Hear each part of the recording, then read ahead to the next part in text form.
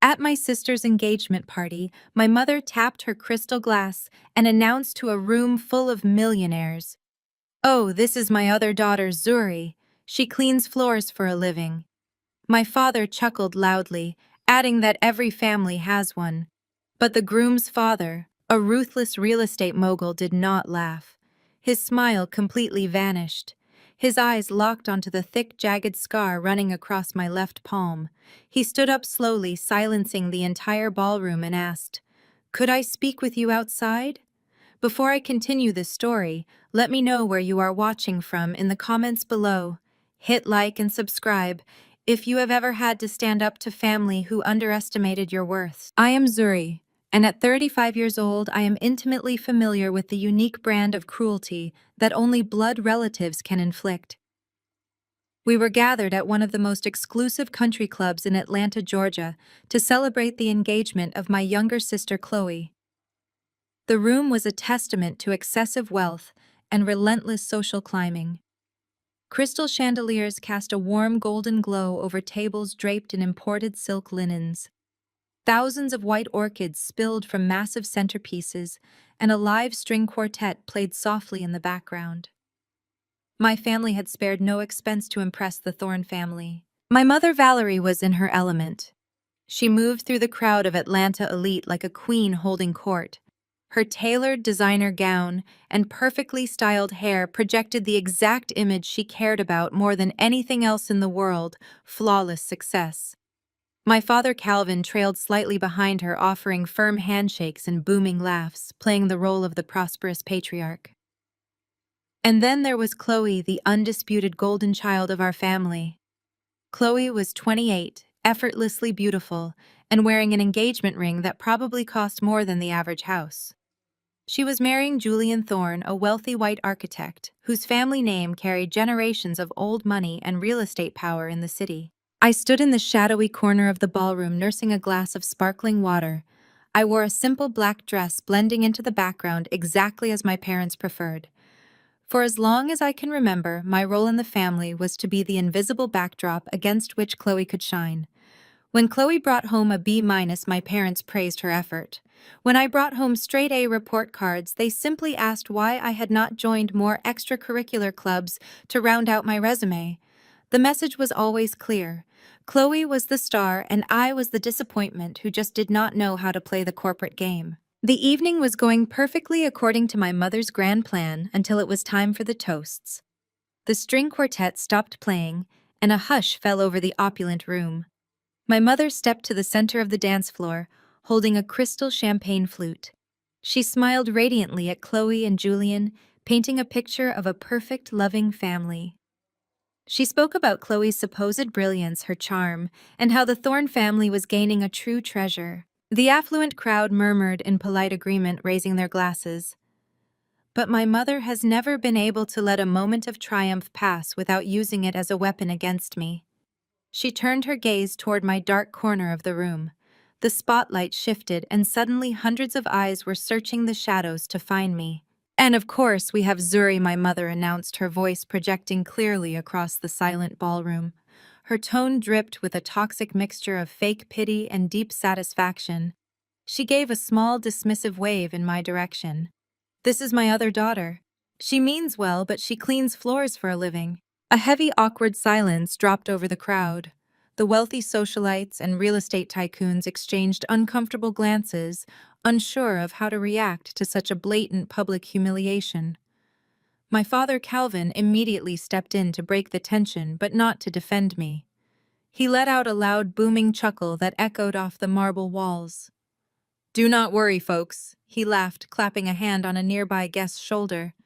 "Every family has got one." The room erupted into polite, nervous laughter. They were laughing at me. My own parents had just reduced my entire existence to a humiliating punchline in front of 300 high society strangers. They wanted to make sure the Thorne family knew that I was not a reflection of their status, that I was just the unfortunate embarrassment they graciously tolerated out of familial duty. I did not scream. I did not cry. I did not run out of the room. Years of emotional survival had taught me how to detach from their cruelty. I simply stood there, my face perfectly stoic, while my heart hammered a painful rhythm against my ribs. I looked over at Chloe, expecting perhaps a tiny shred of sisterly defense. Instead, Chloe leaned into Julian, her stunning features twisted into a condescending smirk. "Zuri means well," she whispered loudly enough for Julian's parents and the surrounding tables to hear. "But she just is not built for the corporate world like we are. Mom and Dad still have to slip her grocery money just to keep her afloat. We try to help her out, but you know how it is." The lie was so blatant, so flawlessly delivered that it physically took my breath away. She was referencing a time 10 years ago when I was 25 years old, working night shifts and struggling to survive. I had asked my parents for a $50 loan just to buy food for the week. They had laughed at me, told me I needed to learn the harsh realities of independence, and refused to give me a single dime. I had eaten plain rice for 6 days straight, while they bought Chloe a brand new luxury car for getting a minor promotion at a job they helped her secure. Now, a decade later, Chloe was weaponizing my lowest moment of poverty to elevate her own status in front of her wealthy future in-laws.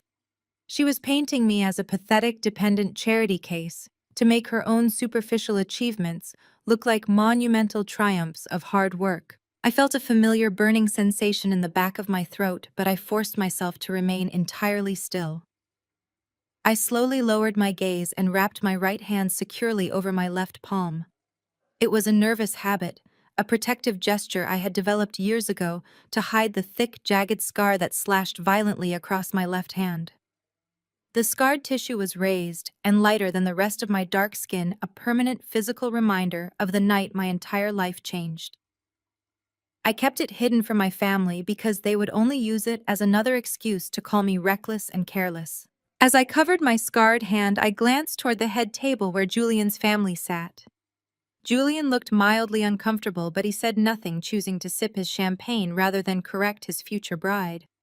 But Julian's father, Winston Thorne, was a different story entirely. Winston was a notoriously ruthless real estate mogul, a man who had built a massive empire and commanded absolute respect in every room he entered. He had been politely smiling through my mother's toast, playing the part of the gracious host. But when my father chuckled and Chloe delivered her vicious whisper about my supposed failures, Winston's smile completely vanished. The older man was not looking at my mother. He was not looking at his son or at Chloe.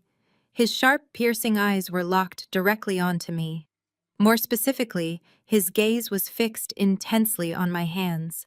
In the brief moment before I had covered my left palm, the bright light from a nearby chandelier had caught the jagged edges of my scar, illuminating it clearly across the short distance between us. I saw Winston's posture go completely rigid. The color drained from his face, leaving him looking almost ghost, like under the crystal lights. His breathing hitched visibly, and his hands gripping the edge of the linen-draped table began to tremble. The transition was so sudden, so jarring, that the people sitting nearest to him stopped laughing and turned to stare. My mother, noticing the sudden shift in the patriarch's demeanor, immediately stopped smiling. Panic flashed across her perfectly made-up face. She assumed Winston was offended by my presence, that my lowly status as a floor cleaner was ruining the elite atmosphere of his son's engagement party. She shot me a venomous glare, silently commanding me to disappear into the woodwork before I caused any more damage to her carefully constructed social climbing dreams. But Winston did not look away from me. He slowly pushed his chair back and stood up. The movement was deliberate and heavy, commanding the attention of the entire ballroom. The remaining murmurs of conversation died away instantly. The clinking of silverware stopped. 300 guests held their breath, waiting to see what the billionaire patriarch would do. Winston ignored them all. He ignored my mother's nervous attempts to offer more champagne. He ignored Chloe's confused, questioning gaze. He walked around the massive head table, his eyes never leaving my face. The sheer intensity of his stare made my pulse race, but I stood my ground, holding my hands tightly together. He stopped a few feet away from me. The silence in the room was absolute, heavy, and suffocating. My parents exchanged terrified looks, fully expecting Winston to demand that I be thrown out of the country club by security. I braced myself for the final, ultimate humiliation of being escorted off the premises. Instead, Winston took a slow, shaky breath. His voice when he spoke was completely devoid of his usual commanding corporate authority. It was quiet, trembling with an emotion I could not quite identify. "Could I speak with you outside?" he asked. He did not wait for my answer. He turned and walked directly toward the heavy glass doors leading out to the private terrace, disappearing into the cool night air. The entire ballroom remained frozen in stunned silence. And as I slowly unfolded my hands, feeling the rough edge of my scar, I realized that the life my family thought they knew was about to be completely destroyed. Winston stands there, towering over the head table. The crystal chandeliers seem to dim under the sudden heavy weight of his gaze. The soft, elegant hum of the string quartet completely dies out, leaving a suffocating silence in the grand ballroom of the country club.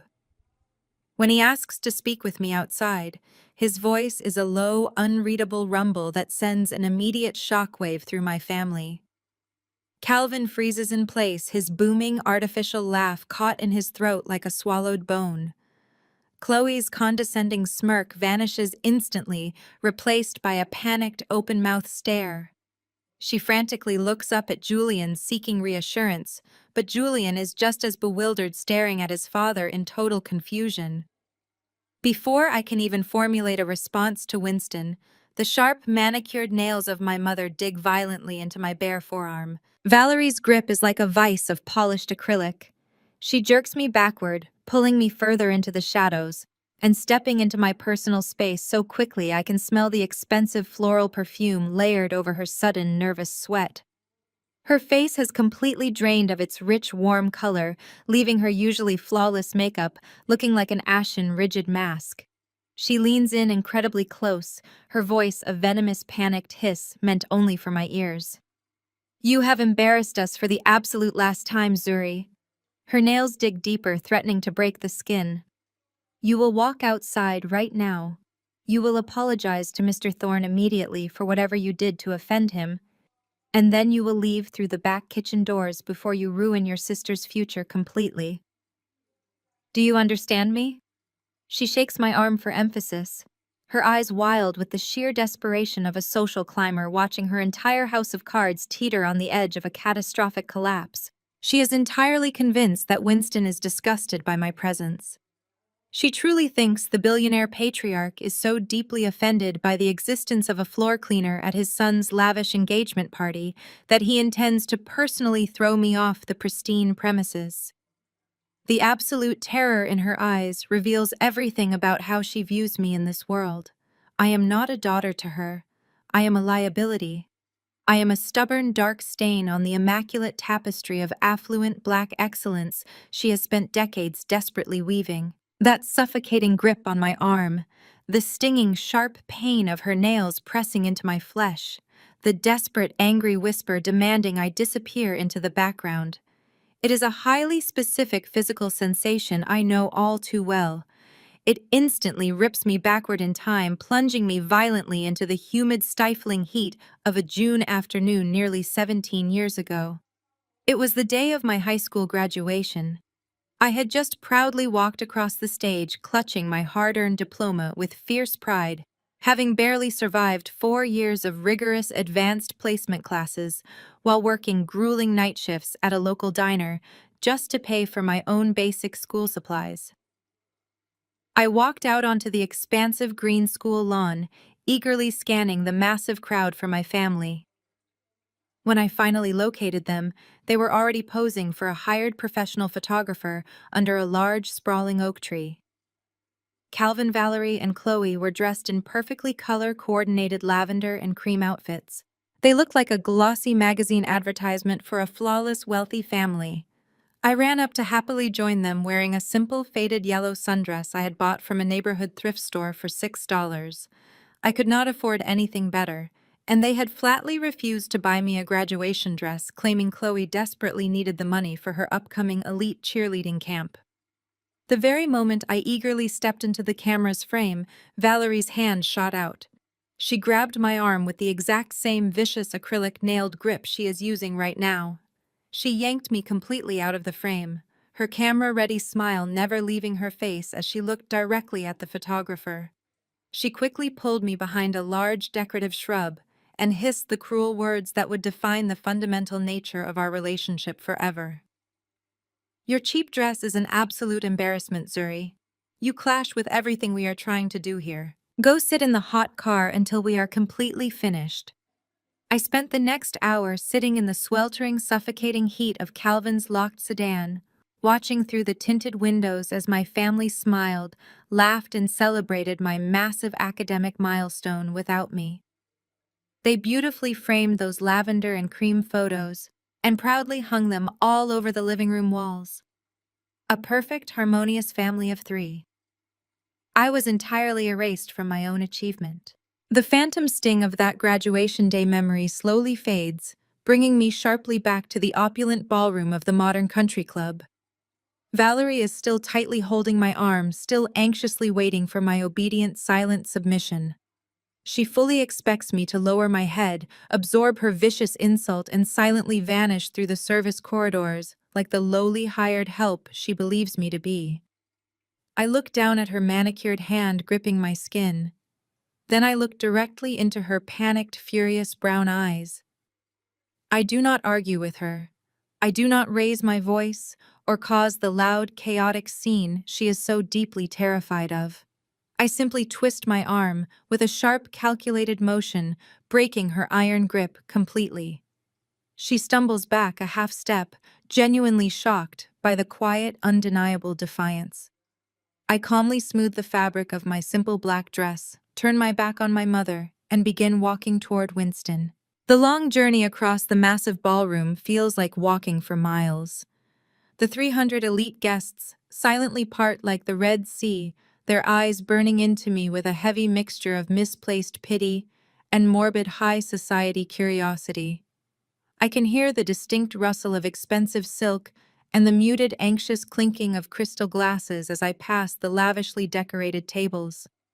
Every single step I take away from my family and toward the imposing figure of the real estate mogul feels incredibly heavy with anticipation.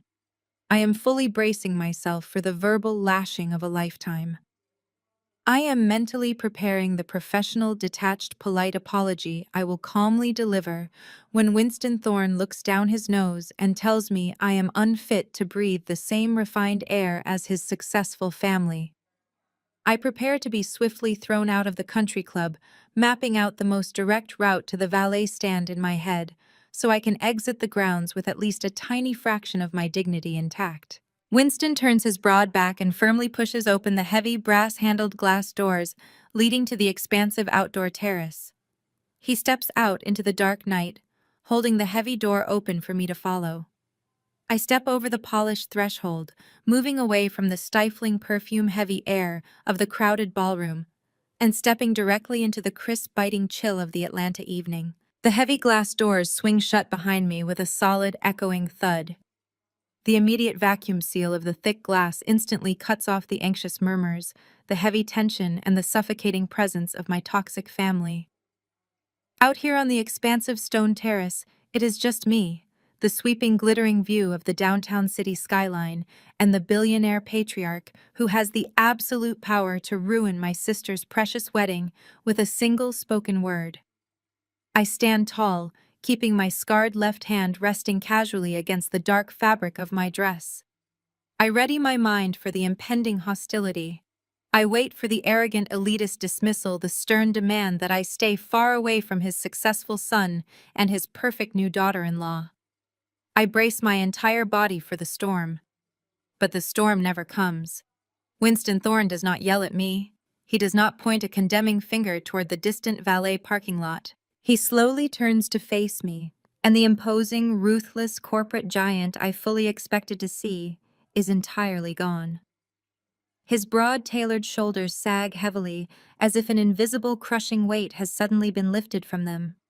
The harsh, calculated lines of his face remarkably soften into a look of absolute, breathtaking vulnerability. He takes a slow, hesitant step toward me, and the ambient light from the towering city skyline reveals what my mother and sister could never have possibly anticipated. Winston's hands, the very hands that control billions of dollars in commercial real estate, The hands that just effortlessly silenced a ballroom full of high society elites are trembling uncontrollably. He looks down at my left hand, then slowly raises his gaze up to meet my eyes, and takes a slow, jagged breath that sounds almost exactly like a sob. The sheer intensity of the emotion radiating from him is completely paralyzing, making the cold night air feel suddenly charged with an unspoken, profound truth I never saw coming. The crisp night air hits me the moment the heavy glass door seals shut behind us. Winston Thorne does not turn to face the glittering skyline of Atlanta. He remains completely focused on me. The ambient light from the towering skyscrapers casts long shadows across the smooth stone terrace, but it provides more than enough illumination to show the raw tension radiating from his rigid posture. I keep my back perfectly straight and my chin elevated. I am fully prepared for him to hand me a check and tell me to stay far away from his son's perfect new family. I am ready for the disgust. I am ready for the elite condescension. Instead, he takes another slow step forward until he is standing less than 3 feet away. Please, he says, his voice cracking in a way that completely strips away his billionaire persona. Show me your hand. I instinctively pull my left arm back, a defensive wall dropping instantly into place. My family has never asked to see the scar. To them, it is just another ugly flaw, a physical manifestation of my supposed clumsiness. They never wanted the story behind it, so I learned to keep it buried deeply in the past. Why do you want to see it? I ask, keeping my tone steady and completely guarded. I will not let this man humiliate me any further than my mother already has. Winston exhales a ragged breath. Because I need to know if it matches the memory that has been haunting me for 10 entire years. The words hang in the freezing air between us. The sheer desperation in his eyes chips away at my defensive armor. I slowly unfold my hands and lift my left palm upward into the ambient light of the terrace. The thick, jagged ridges of the scar tissue snake violently across my dark skin, a chaotic web of healed trauma. Winston stares at it. He does not look away in disgust. He does not flinch. A single tear tracks down the weathered lines of his face. Where exactly did you get that scar? He asks, his voice barely a whisper. I look at this powerful man and decide to give him the raw, unvarnished truth. The exact truth my parents and sister never once cared to ask about because they were too busy criticizing the bloody bandages I wore for weeks. I was 25 years old. I begin, my voice calm and detached, floating over the distant hum of the city traffic. I was working the overnight sanitation shift at a commercial complex just off Interstate 285. I was completely broke, living paycheck to paycheck, and I did not own a car. I walked 2 miles to the bus stop every single night, regardless of the weather. It was a freezing Tuesday in November. I was exhausted walking along the dark shoulder of the access road when I heard the sickening screech of tires. It was followed instantly by a massive impact that physically shook the concrete beneath my cheap boots. An SUV had lost control, clipped the heavy concrete barrier, and flipped multiple times before landing completely on its roof in a steep ditch just off the highway. I ran toward it without thinking. By the time I slid down the muddy embankment, the engine compartment was already engulfed in violent flames. The heat was blinding, pushing me backward. The smell of burning rubber and melting plastic was thick and suffocating. I dropped to my knees in the wet grass and looked through the shattered driver's side window. The door was completely crushed inward, the metal buckled and fused together. The driver was trapped, suspended upside down by his seatbelt, and he was completely unconscious.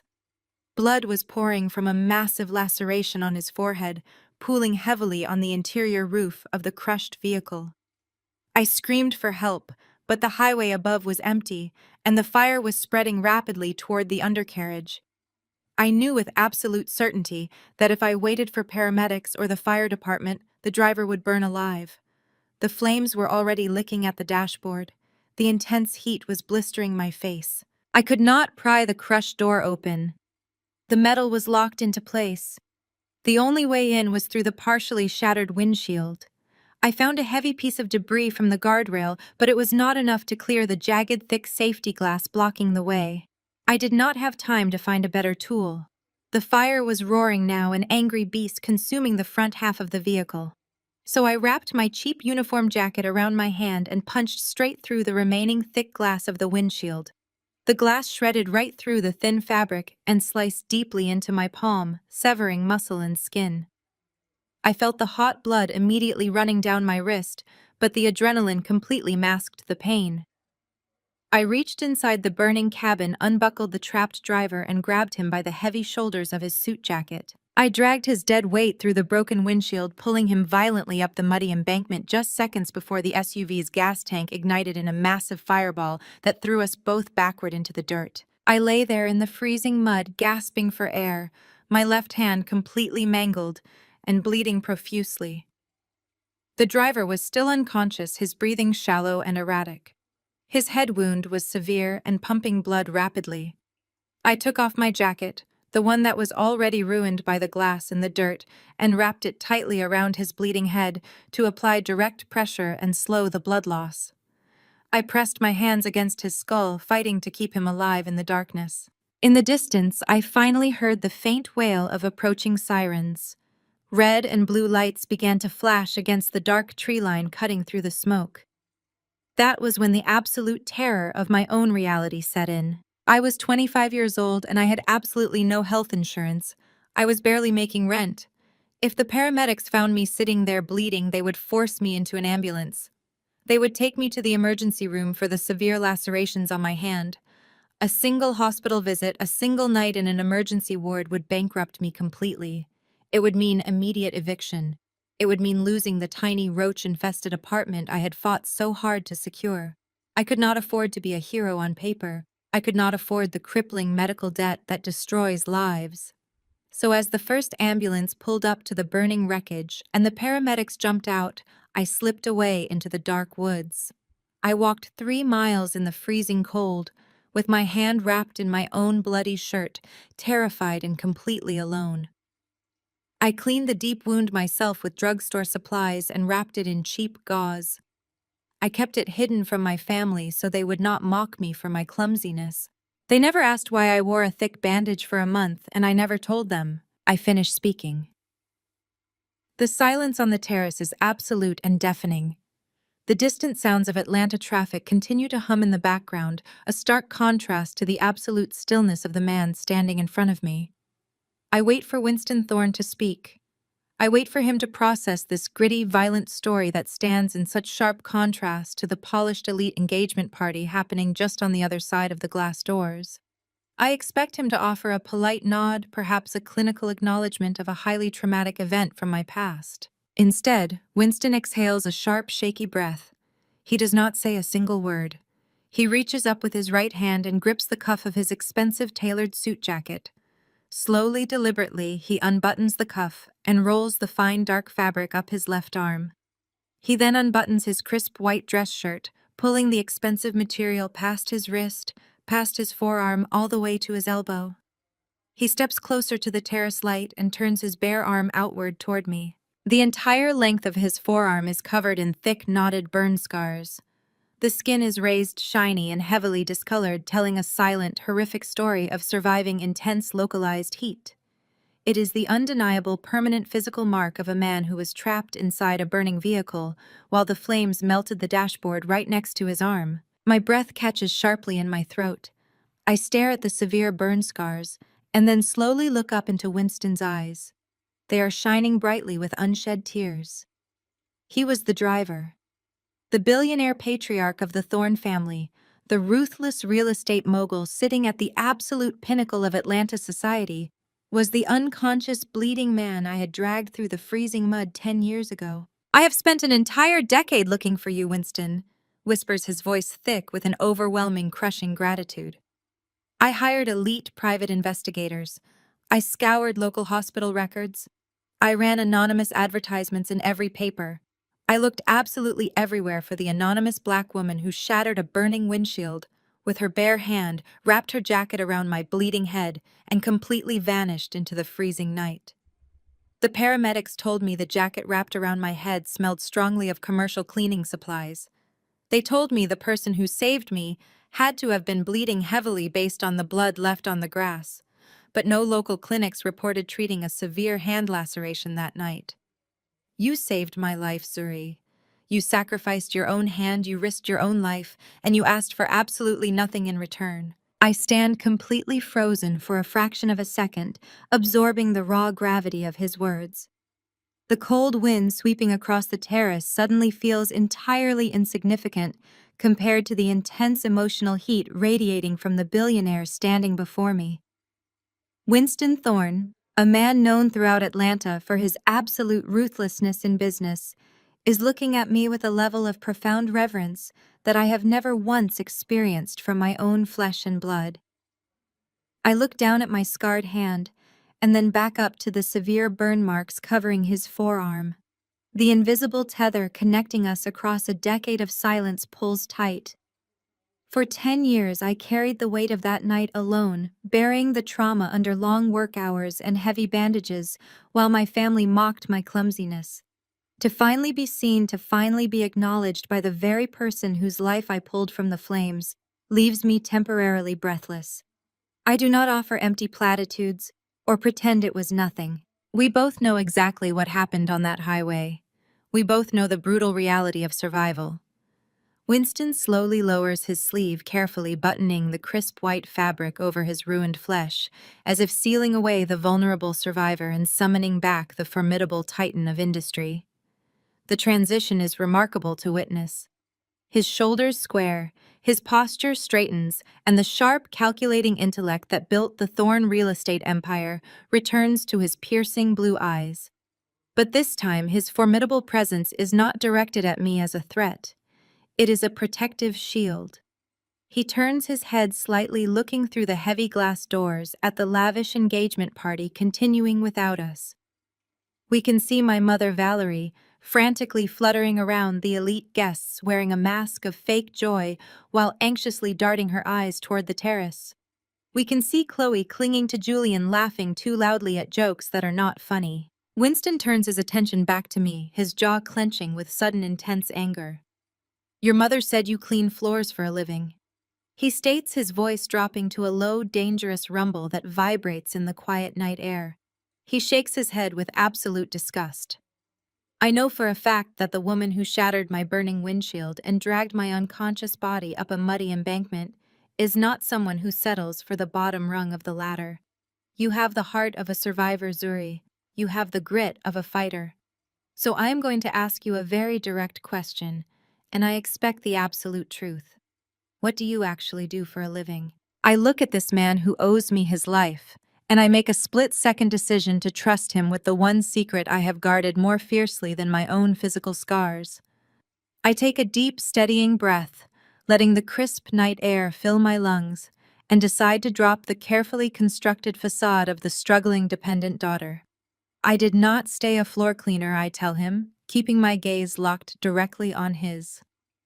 That night, 10 years ago, when I walked away from your burning car, with my hand shredded to pieces, I realized something fundamental about my existence. I realized that nobody was coming to save me. My family had made it abundantly clear that they would gladly let me drown if it meant they could stay on dry land. I had to pay my rent, and I could barely hold a mop with my heavily bandaged hand. So I stopped cleaning the floors myself, and I started hiring other people to do it. I took every single ounce of grit I had left in my exhausted body, and I built a company. Winston watches me intently, his sharp eyes not missing a single shifting nuance in my posture. I stand taller, rolling my shoulders back, and finally occupying the physical space I have denied myself all evening. I started with a single broken-down van and 3 employees willing to work the graveyard shifts. I explain, my voice gaining a steady, powerful cadence. We took the miserable contracts nobody else wanted. The hazardous cleanups, the industrial waste, the massive abandoned commercial warehouses. I reinvested every single dollar back into the business for 5 straight years. I slept on a cot in my cramped office. I ate cold food over accounting ledgers. I taught myself commercial logistics, supply chain management, and advanced corporate sanitation protocols. I did not just build a cleaning service, Winston. I built an infrastructure powerhouse. Today, I am the sole founder and chief executive officer of Vanguard Facilities Group. We are a $50 million commercial sanitation and logistics empire operating across the entire southeastern seaboard. The sheer magnitude of the revelation hits Winston with a visible physical force. His eyes widen in absolute genuine shock, and his mouth parts slightly as he processes the staggering financial figures. The woman his future daughter-in-law just publicly humiliated as a penniless burden is entirely self-made and incredibly powerful, but the shock on his face is quickly replaced by something else. A flicker of deep recognition dances across his sharp features. He narrows his eyes, repeating the name of my company softly under his breath. Vanguard Facilities Group. He says the words, slowly testing the familiar weight of them on his tongue. Yes, Vanguard. I confirm, allowing a small, tight smile to touch the corners of my mouth. I watch as the realization rapidly clicks into place within his brilliant strategic mind. You are a very difficult man to get a meeting with, Winston, but your property managers are not. 2 years ago, Thorne Real Estate was looking to consolidate its entire maintenance and sanitation contracts for all commercial properties in the downtown district. You wanted a single, reliable vendor who could handle your massive portfolio with absolute discretion and flawless execution. Vanguard submitted the winning bid. We hold the primary maintenance contracts for your entire corporate empire, Winston. We have been highly lucrative business partners for 24 months. Winston actually takes a full step backward, gripping the stone railing of the terrace to steady himself. He lets out a loud, barking laugh of pure disbelief, running a hand through his graying hair. He shakes his head, looking at me as if he is seeing an absolute ghost. You are Vanguard, he whispers, his voice thick with a mixture of shock and profound admiration. I have read those quarterly reports, Zuri. The efficiency metrics are staggering. Your company revolutionized the maintenance protocols for my flagship properties, saving my corporation millions of dollars in operational waste. I demanded to meet the CEO of Vanguard last year to personally renegotiate the regional expansion contracts. But the CEO never showed up. I prefer to remain entirely behind the scenes. I explain calmly, maintaining my steady composure. I send my senior corporate lawyers and my chief operations officer to handle all face-to-face meetings and high-level negotiations. I look back through the glass doors at my parents, who are currently trying to aggressively network with a local judge. My family is obsessed with status, wealth, and social climbing. If they ever found out that the floor cleaner they constantly mock had quietly become a multimillionaire, they would drain me dry. They would demand money houses and unlimited investments while simultaneously taking all the credit for my success. They would weaponize my wealth just like they weaponize my supposed poverty. So I let them believe whatever they want to believe. It keeps them out of my bank accounts and completely out of my corporate boardroom. I let them think I am the failure because my peace of mind is worth far more than their superficial validation. Winston turns his head and looks back through the heavy glass doors. We can clearly see Chloe laughing loudly, throwing her head back while clinging tightly to Julian's arm. We can see Valerie hovering near the elite guests, pouring champagne and basking in the false glory of her manufactured perfect life. They look completely ridiculous from this vantage point, like cheap actors performing in a terrible play. Winston looks at them for a long, silent minute, observing their shallow, desperate behavior with the trained eye of an apex predator. He sees the absolute toxicity, the blistering arrogance, and the staggering ignorance of the people who share my blood. They have absolutely no idea. Do they? Winston asks, his voice dropping to a dangerously quiet register. They look at you and they only see a failure. They truly believe you are poor. They believe you are financially dependent on the meager crumbs they occasionally toss your way. They just publicly humiliated a woman who has a higher net worth than half the arrogant fools sitting in that ballroom. They do not know a single thing about me. I confirm my voice hard and resolute, and I intend to keep it exactly that way. Tomorrow is the wedding. After Chloe and Julian are officially married, I will simply go back to my quiet life and let them continue living in their shallow little echo chamber. Winston turns back to face me, and the look in his eyes sends a sudden sharp chill straight down my spine. The vulnerability from his earlier confession is entirely gone, completely replaced by the cold, calculating ruthlessness that built his massive real estate monopoly.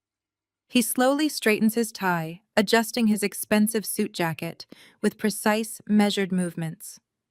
A slow, incredibly dark smile spreads across his weathered face.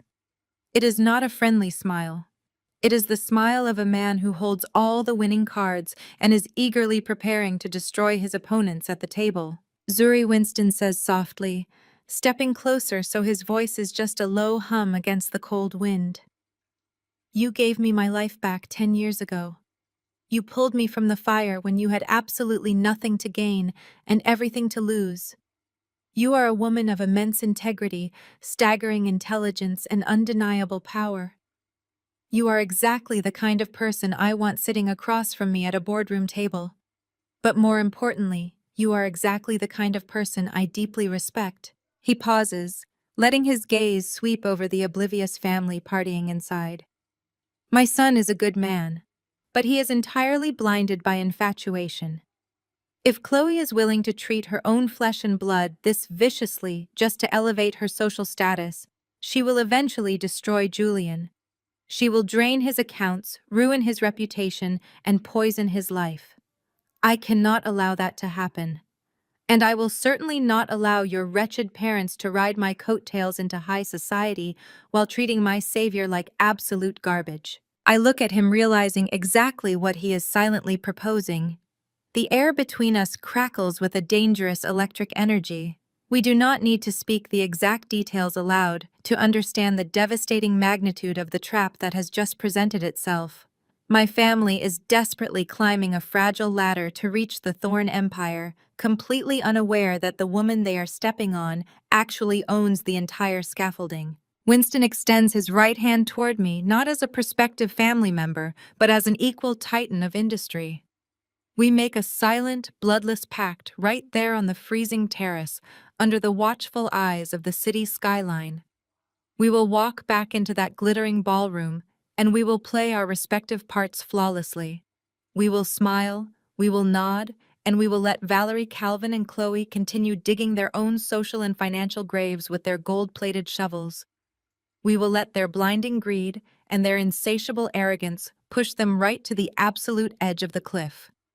And when the perfect moment arrives, when they have risked absolutely everything they have to secure this marriage, we will let the entire illusion shatter. I reach out and firmly shake his hand, sealing the fate of my toxic family once and for all. Let the games begin. The heavy glass doors swing shut behind me, sealing the freezing night air out on the terrace, and the immediate transition back into the stifling heat of the ballroom is intensely overwhelming. The scent of expensive roasted meats, imported black truffles, and overwhelmingly sweet white orchids crashes over me like a suffocating wave of manufactured perfection. Winston Thorne and I have just forged an invisible alliance that will systematically dismantle my family's entire existence, but as we re-enter the party, we act as complete strangers. Winston gives me a single imperceptible nod before smoothly blending back into a group of high-powered investors laughing at a joke, as if the profound emotional confession on the terrace never even happened. I smooth the fabric of my simple black dress and begin the long walk back toward my designated dark corner of the room. I do not even make it halfway across the polished hardwood dance floor before my father intercepts me. Calvin moves with the aggressive, lumbering speed of a man who is accustomed to physically intimidating anyone who steps out of his carefully drawn lines. His face is flushed a deep, angry red, contrasting sharply with his crisp white tuxedo shirt and the rigid lines of his tailored suit. He grabs my upper arm with a grip that is entirely bruising and yanks me aggressively behind a massive decorative pillar constructed of white roses, effectively hiding us from the view of the elite guests. He does not ask what Winston wanted. He does not ask if I am all right or if I need anything. He simply glares down at me, his dark eyes burning with a toxic mixture of panic and absolute unadulterated fury. "You ungrateful little wretch," he seethes, his voice vibrating with a barely contained rage that he desperately tries to keep muffled so the nearby socialites will not hear his lack of control. "You actually thought you could use this prestigious night to solicit cheap sympathy from the richest man in the room. I watched Winston pull you outside Zuri. I know exactly what you were trying to do. You were out there begging him for a handout and trying to humiliate your sister in front of her new powerful family." He reaches into the interior breast pocket of his expensive jacket and pulls out a thick black leather billfold. He shoves it roughly against my chest, forcing me to take it to keep it from falling to the polished marble floor. "Since you wanted to make a public spectacle of yourself and nearly ruin the most important night of your sister's entire life, you can make yourself useful," Calvin spits out. He points a thick, heavy finger at the leather folder in my hands, tapping the cover aggressively. "That is the catering bill for the cocktail hour appetizers alone. It is $4,000. Your mother and I have already spent an absolute fortune securing this country club venue and outfitting Chloe for her new elite lifestyle. You are going to march over to the head waiter right now and you are going to pay that tab. Empty out your little piggy bank, Zuri. Consider it a harsh, necessary financial penalty for forgetting your place in this family and embarrassing us in front of the Thorns." I slowly open the leather folder, taking in the crisp white receipt. The itemized list is obnoxiously long, detailing hundreds of miniature beef Wellingtons, imported caviar, blinis, and truffle-infused goat cheese tartlets. It is $4,000 of pure, unadulterated gluttony, meant strictly to impress people who already have entirely too much money. Calvin watches me stare at the staggering total, and a cruel, mocking smile spreads slowly across his rigid face. He actually crosses his arms over his chest, leaning back against the floral pillar with immense, cruel satisfaction.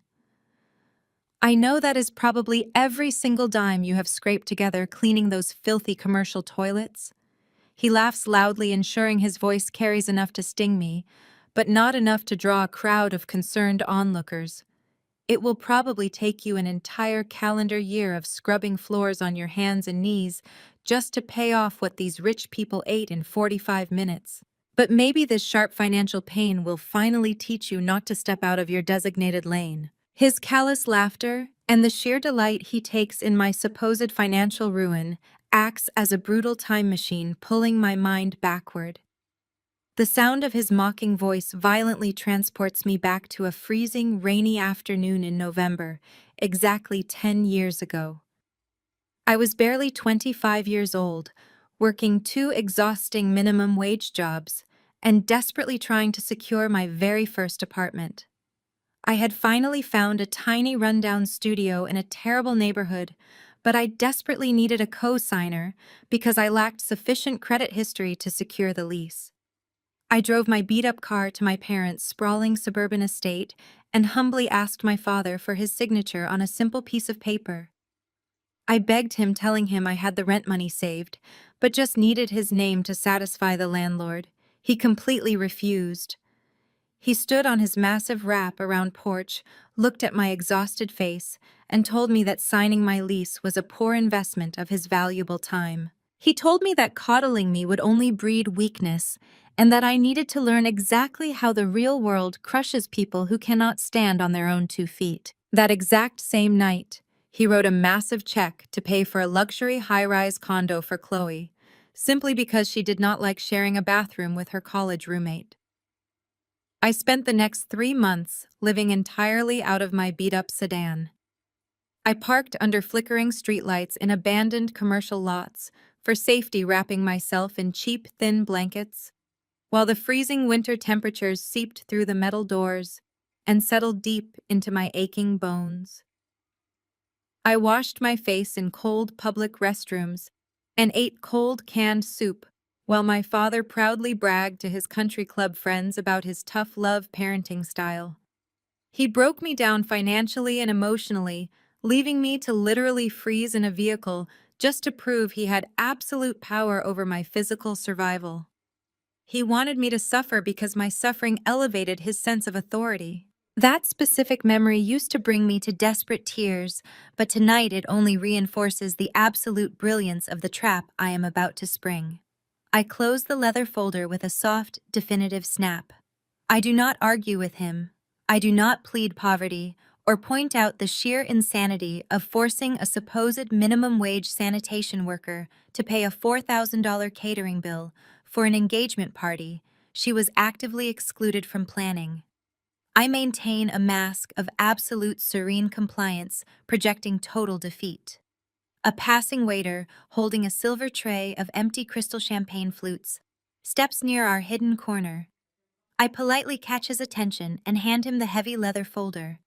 I calmly open my small, inexpensive clutch purse and retrieve my payment method, placing it smoothly on top of the printed receipt.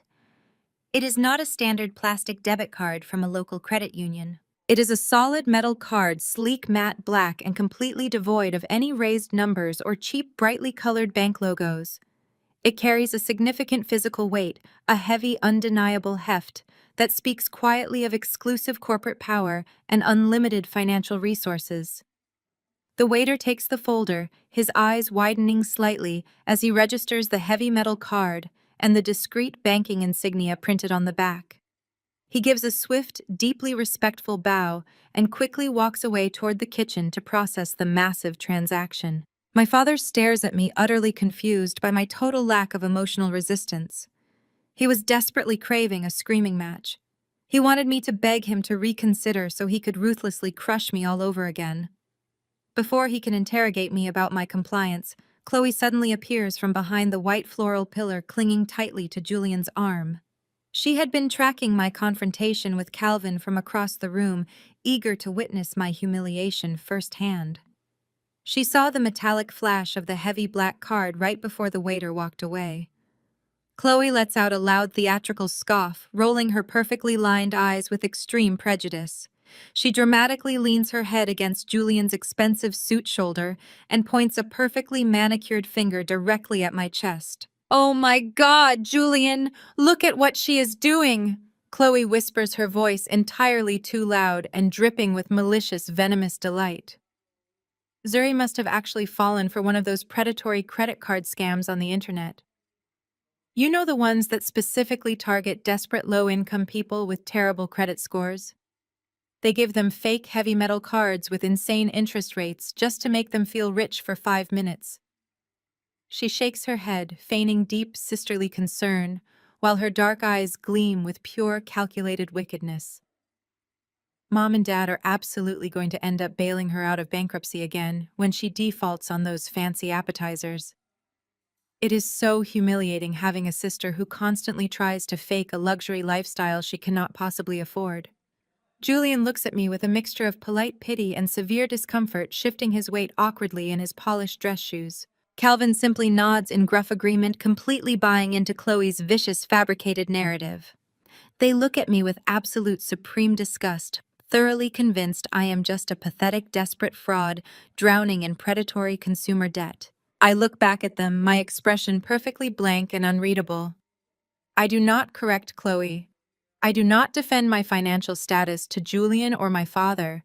I simply let their arrogant, insulting assumptions wash over me like water off a stone, because they have absolutely no idea what they just confidently witnessed. They do not know that the sleek piece of metal I just handed the waiter is not a personal credit card tied to a ruined credit score. It is a Vanguard Facilities Group executive corporate account card. It is issued exclusively to the sole founder of the company.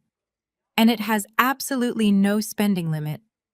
I just effortlessly funded their extravagant high society party with absolute pocket change from my massive corporate expense account.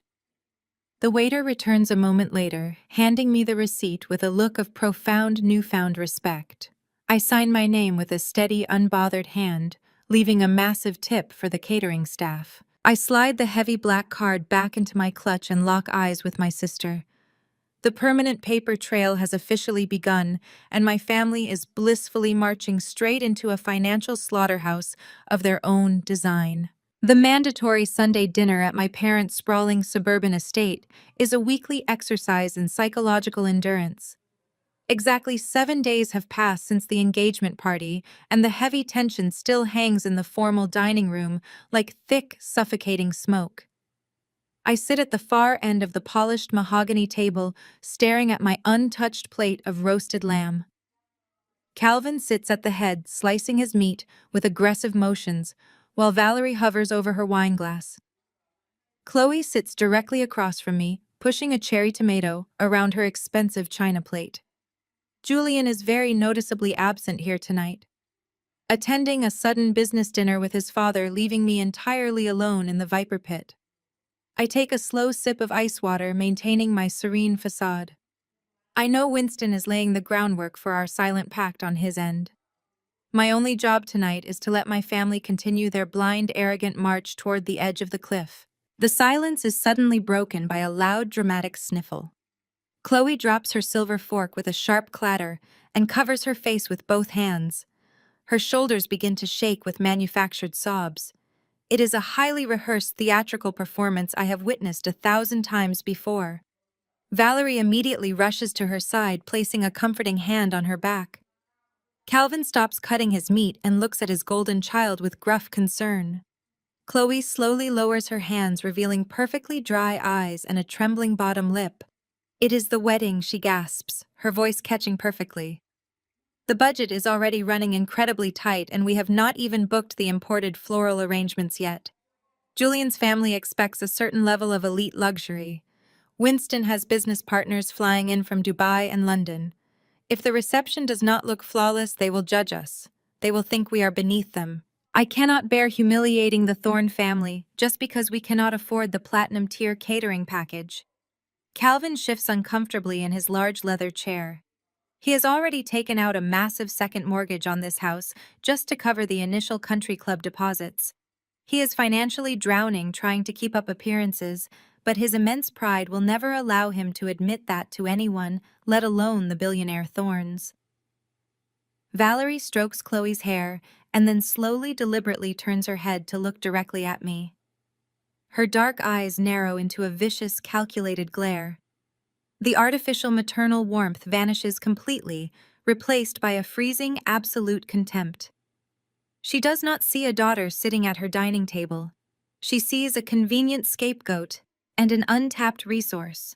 "Your sister is sitting here crying," Zuri Valerie says, her voice dropping into a venomous hiss. She is crumbling under the immense pressure of planning the most important social event this family has ever seen, and you are just sitting there staring at your plate. You have absolutely no empathy. You have no sense of familial duty. You handed that waiter a heavy metal credit card last week without blinking an eye. We all saw it. If you have somehow scammed your way into a high-limit line of credit, you are going to use it to help your sister right now.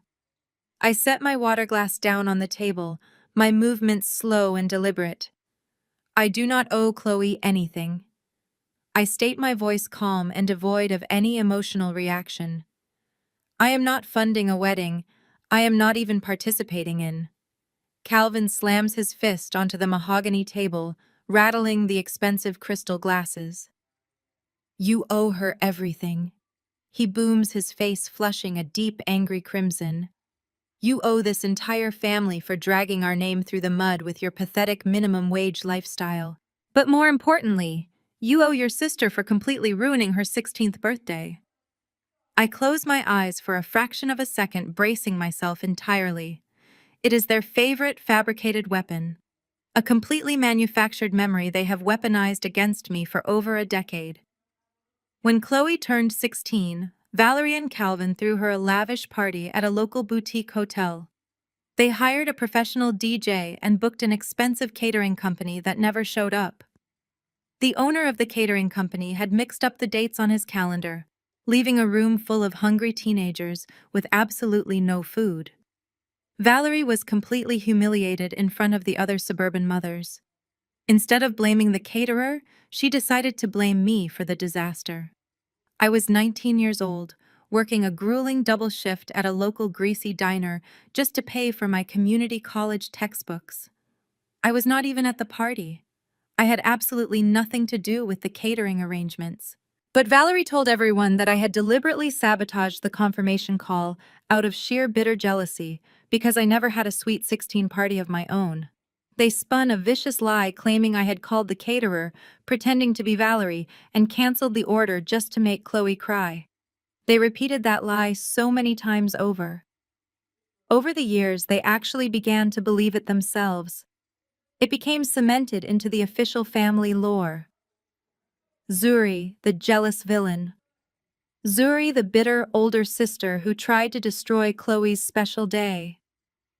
They used that fabricated story to justify excluding me from family vacations and to justify treating me like an indentured servant. They created a permanent psychological debt that I could never possibly repay. You deliberately broke your sister's heart when she was just a teenager, Valerie adds, leaning over the table toward me. You humiliated us in front of the entire neighborhood because of pure spite. You could not handle the fact that she was popular and loved. You owe her this wedding, Zuri.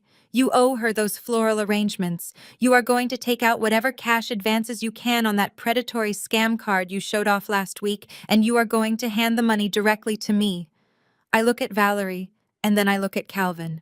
I do not raise my voice. I do not try to defend myself against the Sweet 16 lie because I know facts hold absolutely no power in this house. No, I say, keeping perfectly flat. I am not paying for imported orchids. I am not taking out any cash advances. The conversation is over. I calmly push my chair back from the table, preparing to stand up and walk out the front door. I have played my part for the evening. I have let them expose their blinding greed. But Valerie does not accept my quiet defiance. She operates on absolute control, and my refusal triggers a sudden manic snap in her mind. Before I can fully stand up, she lunges around the large mahogany table, moving with an aggressive speed fueled by pure, unadulterated entitlement. She steps directly behind my chair, invading my physical space. My small, black clutch purse is resting on the back of my seat, exactly where I placed it when I arrived. Valerie reaches out and physically snatches my purse, her acrylic nails scraping harshly against the leather. Give that back to me right now, I demand, keeping my voice dangerously low as I turn to face her. Valerie ignores me completely. Her breathing is heavy and erratic as she violently yanks the golden clasp open. She digs her manicured fingers into the small interior of the bag. She shoves my keys and lip gloss aside. You live under my rules, Zuri, she seethes, her eyes wide with a frantic, desperate energy.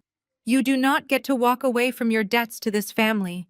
If you have a credit line, you are going to use it to secure Chloe's future. I could easily grab her wrist. I could physically force the purse out of her hands.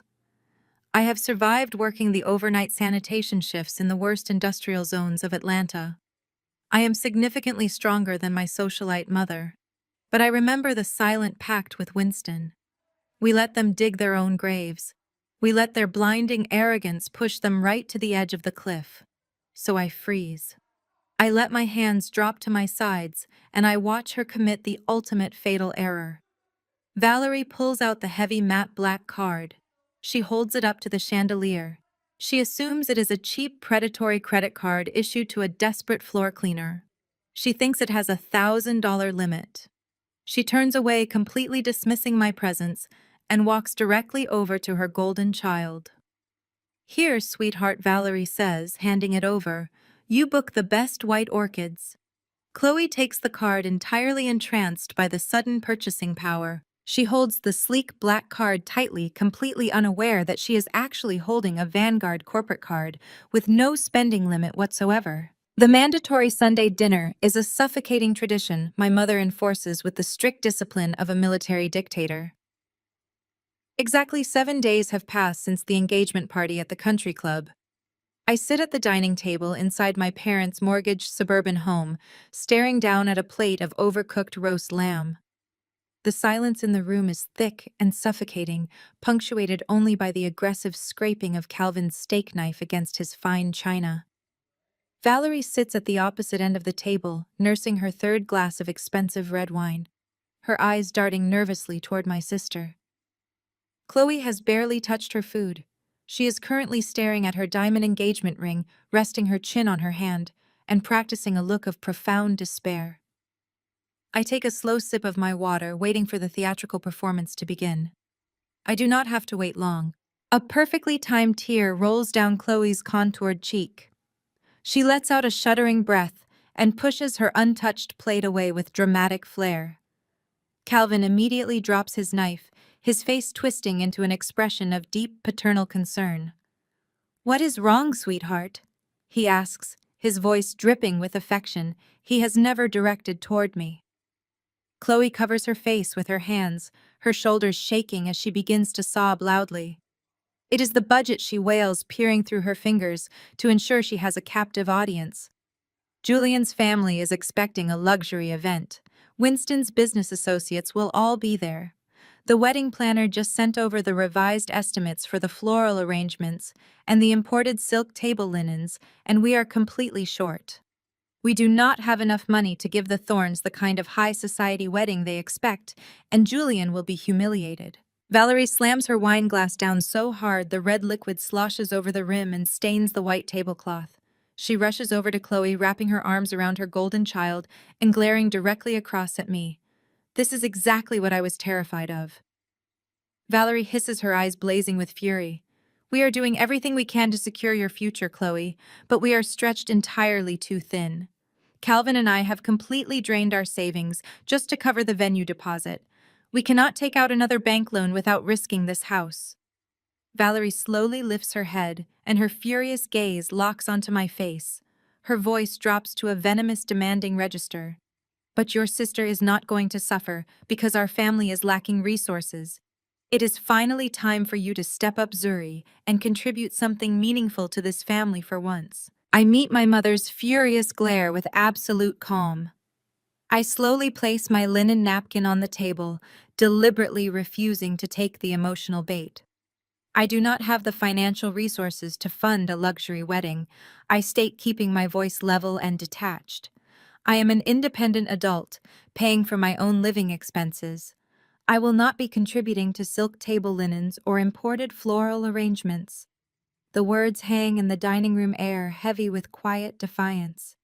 Calvin slams his large fists onto the table, rattling the silver utensils. "You owe her." Calvin bellows, his face turning a dangerous shade of crimson. "You owe your sister for the humiliation you caused her, and it is time you paid your debt." Valerie steps away from Chloe and marches directly toward my side of the table, her acrylic nails digging into the high wooden back of my chair. "You owe Chloe for ruining her 16th birthday," Valerie sneers, her breath smelling sharply of fermented grapes. "You ruined the most important milestone of her teenage life, and you have never done a single thing to make up for it."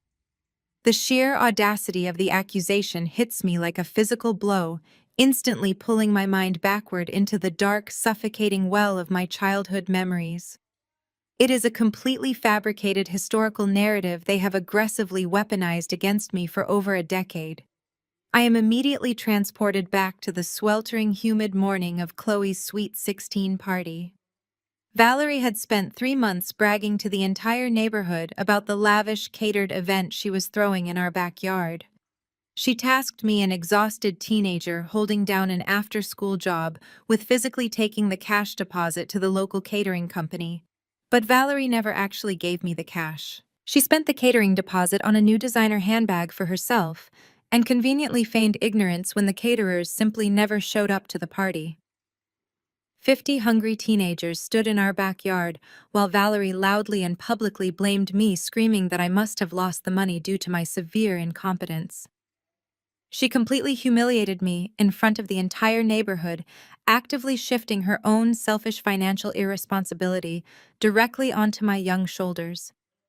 I spent that entire weekend locked in my bedroom crying until I could not breathe while my parents bought Chloe a new car to compensate for the ruined party. They rewrote history that day, casting me as the ultimate villain to protect Valerie's fragile ego.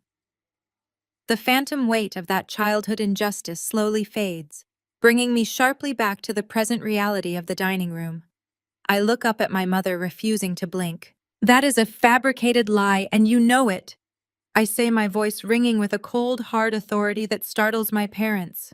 I will not pay a single dime for this wedding based on a delusional memory you created to cover up your own massive failures. Chloe lets out a loud shriek of pure indignation from across the table. She is lying. Chloe screams, pointing her manicured finger at me. She always lies. She is just a selfish, miserable failure who wants to ruin my wedding because she is jealous of my success. Make her pay for it, Mom. Make her give us the money right now. Valerie's face twists into a mask of pure, unadulterated rage. She does not argue with me anymore. She bypasses verbal negotiation entirely and resorts to immediate physical violation. Before I register her movement, Valerie lunges forward and physically snatches my leather purse. She pulls it straight from the back of my dining chair. I jump up, reaching out to stop her, but Calvin immediately steps into my path using his massive bulk to block me from reaching my mother. Sit back down and keep your mouth shut, Calvin growls, stepping into my personal space. You are going to help your sister whether you want to or not. I stand perfectly still, watching in absolute silent horror as my mother violently rips open the zipper of my personal bag. She aggressively digs her hands through my belongings, tossing my keys, my lipstick, and my private items carelessly onto the dining room table. She is breathing heavily, acting with the manic desperation of a cornered animal seeking a lifeline. Then her searching fingers stop.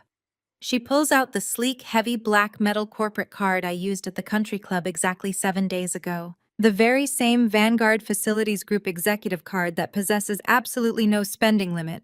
She holds it up to the dining room chandelier, the matte black metal catching the warm ambient light. Look at this. Valerie breathes a triumphant, greedy smile splitting across her face. Chloe was right about you falling for a predatory credit card scam. If you have the credit limit to pay off a $4,000 catering bill, you certainly have the funds to pay for your sister's imported floral arrangements. Valerie does not hand the heavy black card back to me. She turns her back, completely ignoring my presence, and walks directly over to the golden child. She places the limitless Vanguard corporate card directly into Chloe's eager waiting hands. Consider this an early wedding present from your useless sister Valerie, says, smoothing Chloe's hair with sickening affection. Take it and buy whatever you need. Buy everything to impress Julian's father. Buy the silk linens. Buy the imported orchids. Buy the absolute best of everything. We will max out this entire line of credit before she even realizes what happened. Chloe clutches the heavy metal card against her chest, staring at it like it is a winning lottery ticket. A slow, malicious smile spreads across her face, replacing the fake tears instantly. Thank you so much, Zuri. Chloe mocks, her voice dripping with venomous condescension. I am going to have the wedding planner run this card first thing tomorrow morning. I hope you enjoy paying for my wedding for the rest of your pathetic life. I stand silently behind my chair, watching them celebrate their stolen victory. They believe they have successfully bullied a vulnerable victim into financing their social climbing facade. They have absolutely no idea they are currently holding the direct corporate financial artery of a $50 million empire. The moment they run an unauthorized charge on a Vanguard executive account, they will trigger a massive federal fraud investigation. I smile softly. Enjoy the wedding planning, Chloe. Valerie stands with her chin tilted upward, radiating a toxic brand of maternal triumph. She watches Chloe trace the raised edges of the heavy metal card, her eyes gleaming with predatory satisfaction. Zuri can contribute to her sister's happiness. For once, Valerie declares, breaking the tense silence of the dining room. She stares directly at me, daring me to lunge across the polished mahogany table and snatch my property back. It is the absolute least she can do, since she will clearly never have a wedding of her own. The insult is designed to cut deeply, highlighting my supposed failure in the romantic arena compared to Chloe's high society engagement. Calvin immediately shifts his massive weight, nodding in gruff agreement with his wife. He steps forward, positioning his broad shoulders between me and his golden child. He is silently daring me to cause a scene, to scream, or throw the temper tantrum they are desperately trying to provoke. They want me to lose control so they can validate their twisted narrative that I am the unstable, jealous sibling. They want me to fight for the card so they can revel in my supposed financial desperation. I remain completely stoic. I do not let a single muscle in my face twitch. My breathing is steady and shallow. I look at the three people who share my DNA, and I feel absolutely nothing. No anger, no betrayal, no heartbreak. The sheer absence of emotion is incredibly powerful. I learned a long time ago that showing vulnerability to these people is akin to bleeding in shark-infested waters. I recall the exact moment I made a solemn, unbreakable promise to myself that I would never shed another tear over their calculated cruelty. It was a humid Saturday afternoon, precisely 7 years ago. I was standing in a massive university auditorium wearing a cheap rented graduation gown and holding my freshly printed bachelor's degree in business administration. I spent 4 grueling years working night shifts and maintaining a perfect grade point average to earn that paper. I stood in the center of the bustling crowd watching hundreds of my classmates embrace their proud, cheering parents. I searched the bleachers for Valerie and Calvin. I waited 2 entire hours, clutching my degree until the auditorium was completely empty. When I walked to the parking lot and checked my cell phone, I found a single text message from my mother. It was not an apology, it was a photograph. The image showed Valerie, Calvin, and Chloe smiling brightly at a local chain restaurant. The caption announced they were celebrating Chloe receiving a minor participation trophy at her cheerleading banquet. They'd deliberately chosen a meaningless high school dinner over my college graduation. They had let me stand in that auditorium completely alone, searching for a family that never intended to show up. I sat in my sedan, gripping the steering wheel until my knuckles turned white, and made a vow. I promised to build an armor so thick and a life so untouchable that their malicious neglect would never penetrate my peace again. I buried the desperate daughter who wanted her parents to love her, and I birthed the ruthless entrepreneur who would eventually build Vanguard Facilities Group. The phantom sting of that graduation day officially vanishes from my mind, bringing me back to the suffocating atmosphere of the dining room. Valerie is still glaring at me, waiting for the inevitable explosion. Calvin is still bracing his body for a physical altercation over the stolen property. Chloe is already holding the card up to the light, admiring the sleek, matte black finish.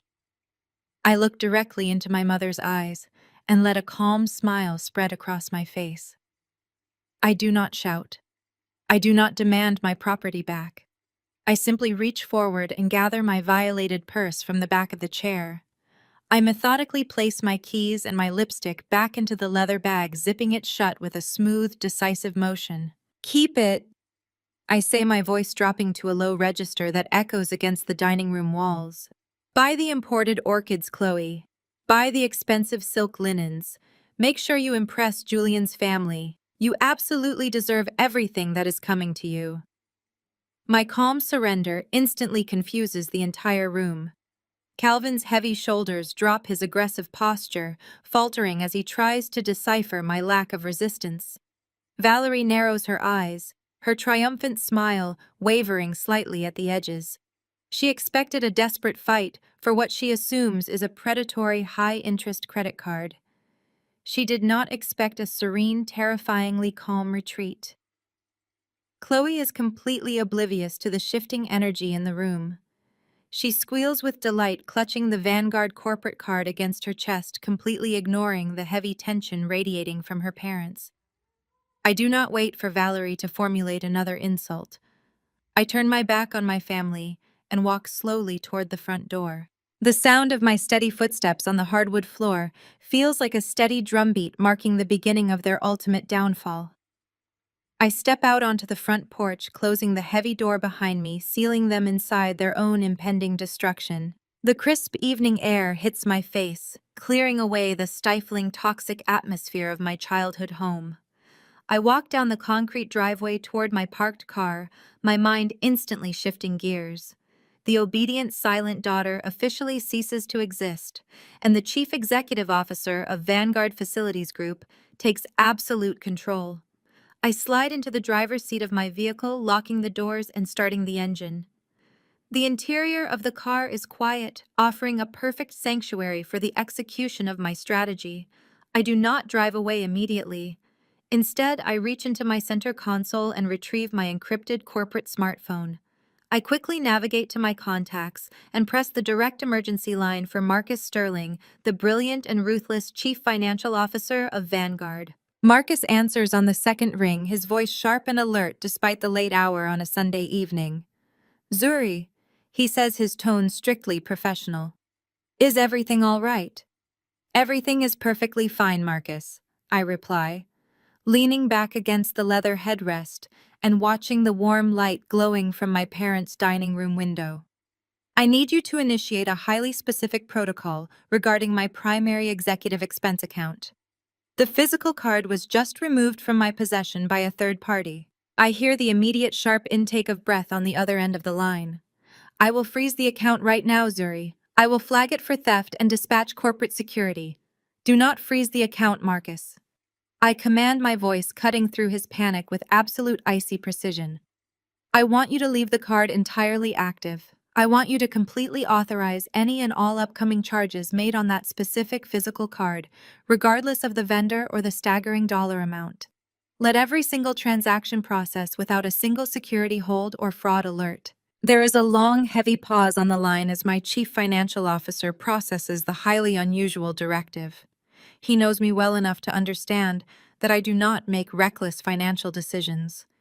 He knows there is a deadly tactical reason behind my request.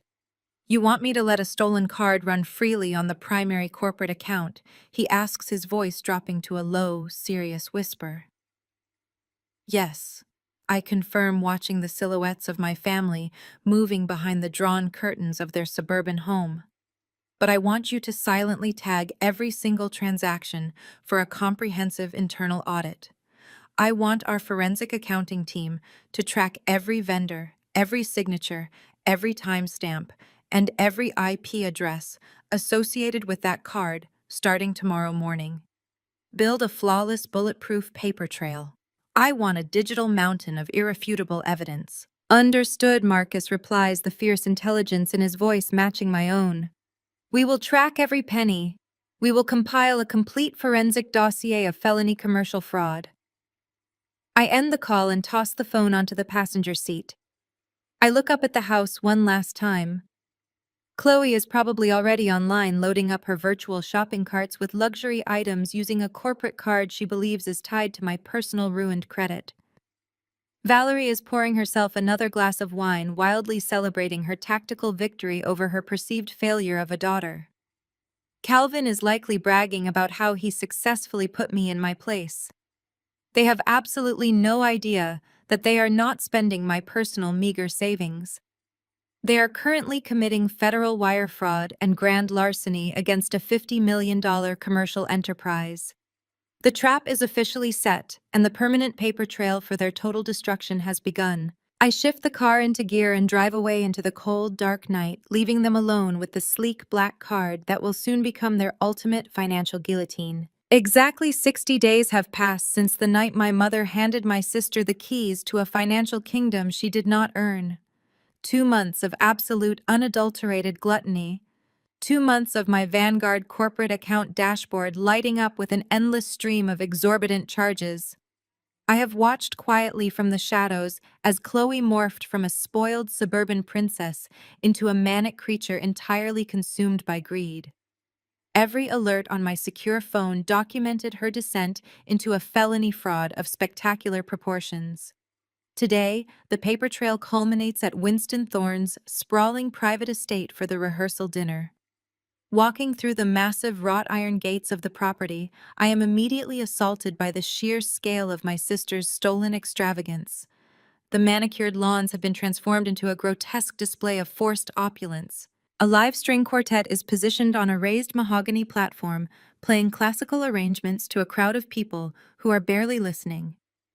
The evening air is crisp, but the pathways are lined with towering, intricate ice sculptures, carved into the shapes of swans and intertwined rings, slowly weeping water onto the pristine stone walkways. Waiters in crisp white tuxedos circulate with silver platters piled high with imported beluga caviar and gold leaf-infused blinis. It is a nauseating spectacle of newly acquired wealth, desperately trying to masquerade as established class.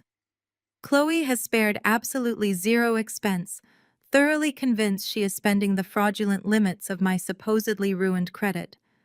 She does not know that Vanguard forensic accountants have tracked every single imported orchid and every ounce of caviar right back to her IP address.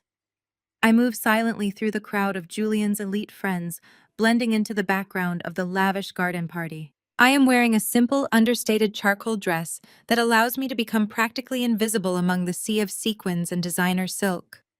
From my vantage point near a towering oak tree, I have a perfect view of the evening's main attraction. Chloe is holding court near the center of the terrace, completely intoxicated by the power of her stolen black card.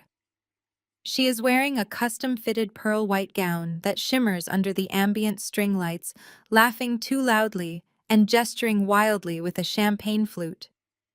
She is actively flaunting the purchased grandeur to a group of Julian's closest friends, desperately seeking their validation. I watch her wave a hand dismissively toward a passing waiter, demanding a fresh glass of vintage champagne without even bothering to look the young man in the eye. Julian stands rigidly beside her.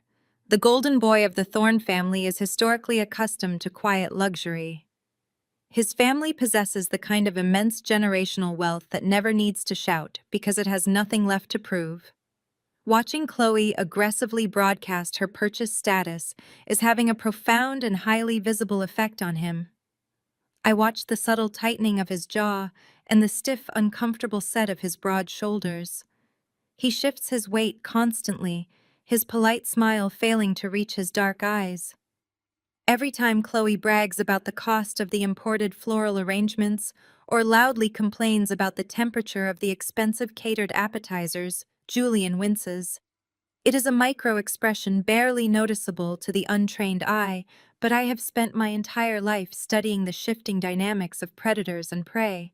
Julian is deeply embarrassed. His refined high society friends are nodding politely at Chloe's endless monologues, but their eyes hold a distinct mixture of pity and condescension.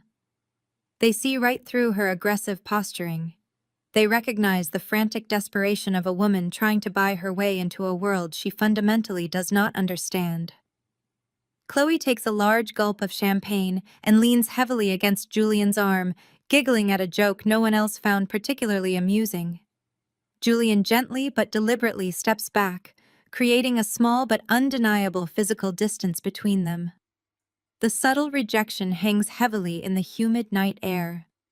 Chloe stumbles slightly, her high heels scraping against the stone patio as she loses her anchor. She looks up at her fiancé, her perfectly contoured face flashing with a sudden sharp panic. She is highly attuned to the social currency of the room, and she instantly recognizes that she is losing her grip on her most valuable asset. Julian is pulling away. The realization hits her like a physical blow. She desperately needs to recalibrate the social hierarchy of the party to regain her footing and assert her absolute dominance. She needs a scapegoat. She needs someone to punch down on so she can artificially elevate herself back to the top of the pedestal. Chloe scans the crowded terrace, her eyes darting frantically past the ice sculptures and the string quartet. She ignores the wealthy investors and the high-powered executives. She is hunting for a target she knows she can completely destroy without any fear of retaliation. Her frantic gaze sweeps past the catering stations and the massive floral archways until her eyes finally lock onto my dark corner near the oak tree. A slow, malicious smile spreads across her face, instantly replacing the panic with pure, calculated cruelty. She straightens her spine, pushing her shoulders back and lifting her chin with supreme, arrogant confidence. I know exactly what she is about to do. I take a slow, measured sip of my sparkling water, maintaining a completely blank and unreadable expression. I do not break eye contact as she begins to march across the stone patio, her white gown trailing behind her like a bridal war banner. Julian notices her sudden shift in demeanor and tries to catch her arm, but she brushes past him, completely ignoring his attempt to de-escalate. She signals for her parents to follow her. Valerie and Calvin immediately fall into step behind their golden child, functioning as her loyal, aggressive bodyguards. They march through the crowd, parting the sea of elite guests with their sheer obnoxious momentum. The surrounding conversations slowly die down as the high society guests sense the impending conflict. The string quartet continues to play a soft, classical melody, providing a surreal, elegant soundtrack to the brutal family ambush about to take place. Chloe stops exactly 3 feet in front of me, planting her hands on her hips and looking me up and down with absolute supreme disgust. She lets out a loud theatrical sigh, making sure her voice carries clearly over the gentle music. "I cannot believe you actually showed up tonight, Zuri," she says, her voice dripping with artificial pity and venomous condescension. She turns her head slightly, ensuring Julian and his influential friends are watching the performance. "I mean, look at you. You are wearing a cheap department store rag to the most exclusive event of the entire season. It is honestly embarrassing to be seen in the same zip code as you." Valerie steps up beside her daughter, nodding in furious agreement. "We explicitly told you to stay hidden in the background," Valerie sneers, her eyes flashing with malice. "But you always have to ruin everything with your miserable, depressing energy." Calvin crosses his massive arms over his chest, trying to physically intimidate me with his sheer size. "You should be thanking your sister on your hands and knees for even allowing you onto this property." Calvin growls, his voice low and threatening. "She graciously let you experience a taste of real luxury, and you show up looking like a complete and utter failure." Chloe smiles triumphantly, absorbing their toxic support like a sponge. She takes another step closer to me, her diamond engagement ring catching the light as she points a manicured finger directly at my chest. "I hope you are taking notes tonight, Zuri." She mocks, her voice ringing with absolute cruel authority. "I hope you are paying close attention to what a real successful woman looks like, because we both know you will never have a wedding like this. You will never have a man like Julian. You will never have anything but a pathetic, lonely life, scrubbing floors and drowning in the massive consumer debt you owe me." She tilts her head back, daring me to challenge her fabricated reality. She wants me to scream. She wants me to cry. She wants me to publicly break down and validate her desperate need for supreme dominance. But I simply look at her, maintaining my absolute silence, letting her dig her own grave. She craves the satisfaction of watching me shatter into a million broken pieces right in front of her future husband. She is entirely dependent on my emotional devastation to fuel her own deeply insecure existence. Julian steps up behind her, his face completely pale as he stares at the sheer, unprovoked viciousness radiating from the woman he promised to marry. He looks at my calm, unbothered expression and then back at Chloe's twisted, malicious smile. The invisible trap I set 2 months ago is snapping shut. The suffocating tension hanging in the air is mercifully broken by the soft chiming of crystal glasses signaling the commencement of the main course. The elite guests begin to filter away from the garden terrace and move slowly toward the grand dining pavilion. Winston Thorne has truly spared no expense in constructing this magnificent architectural marvel on his private estate. The pavilion features towering floor-to-ceiling glass walls, massive crystal chandeliers, and imported pristine white Italian marble floors that reflect the warm ambient light like a flawless mirror. The dining tables are arranged in a massive U-shape, draped in the imported silk linens Chloe so eagerly purchased with my corporate funds. I follow the crowd, maintaining a deliberate distance from my family, and find my designated seat at the absolute furthest corner of the room. It is a seating placement designed for maximum isolation, placing me near the swinging doors of the catering kitchen, where the waitstaff frantically rushes in and out. I sit down, smoothing the fabric of my inexpensive charcoal dress, and watch the grotesque performance continue from afar. Chloe places herself directly at the center of the head table, flanked by Julian and his powerful father. She looks like a radiant, conquering queen, presiding over a kingdom she believes she has rightfully earned.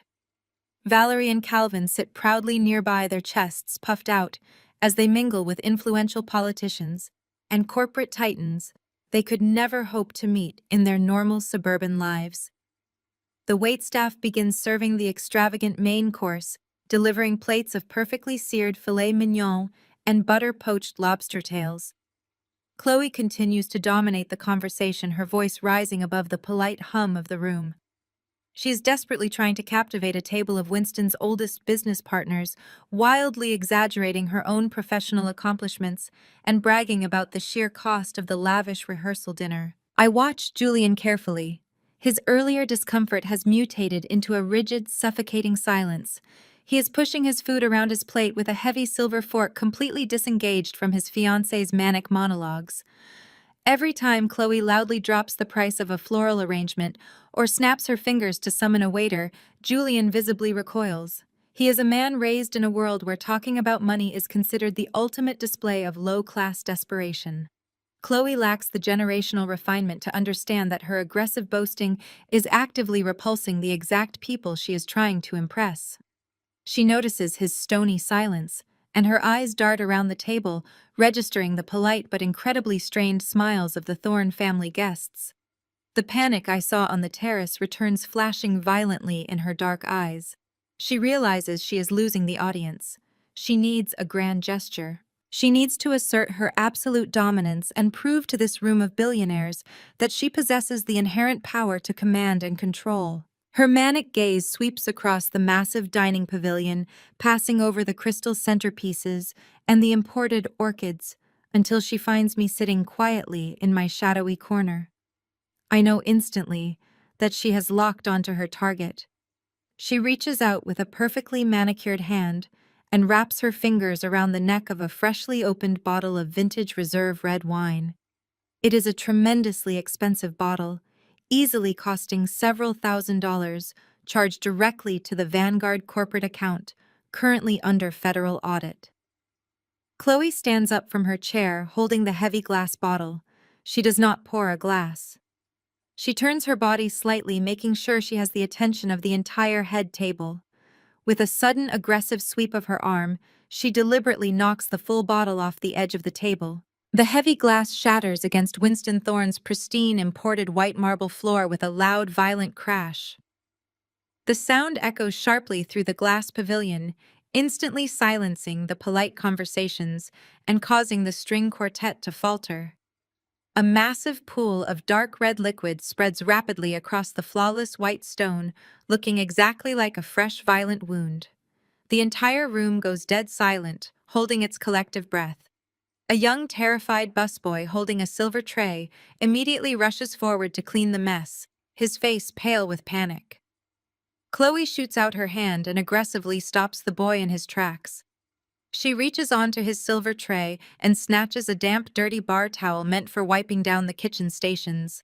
She turns her body, completely ignoring the paralyzed waitstaff, and locks her eyes on me from across the room. She rears her arm back and violently hurls the damp, dirty bar towel directly at my face. The heavy, wet cloth sails through the air and strikes me squarely in the chest, leaving a damp, dark stain on the fabric of my dress before dropping into my lap. I do not flinch. I do not gasp. I sit completely paralyzed by the sheer, unadulterated audacity of her public assault.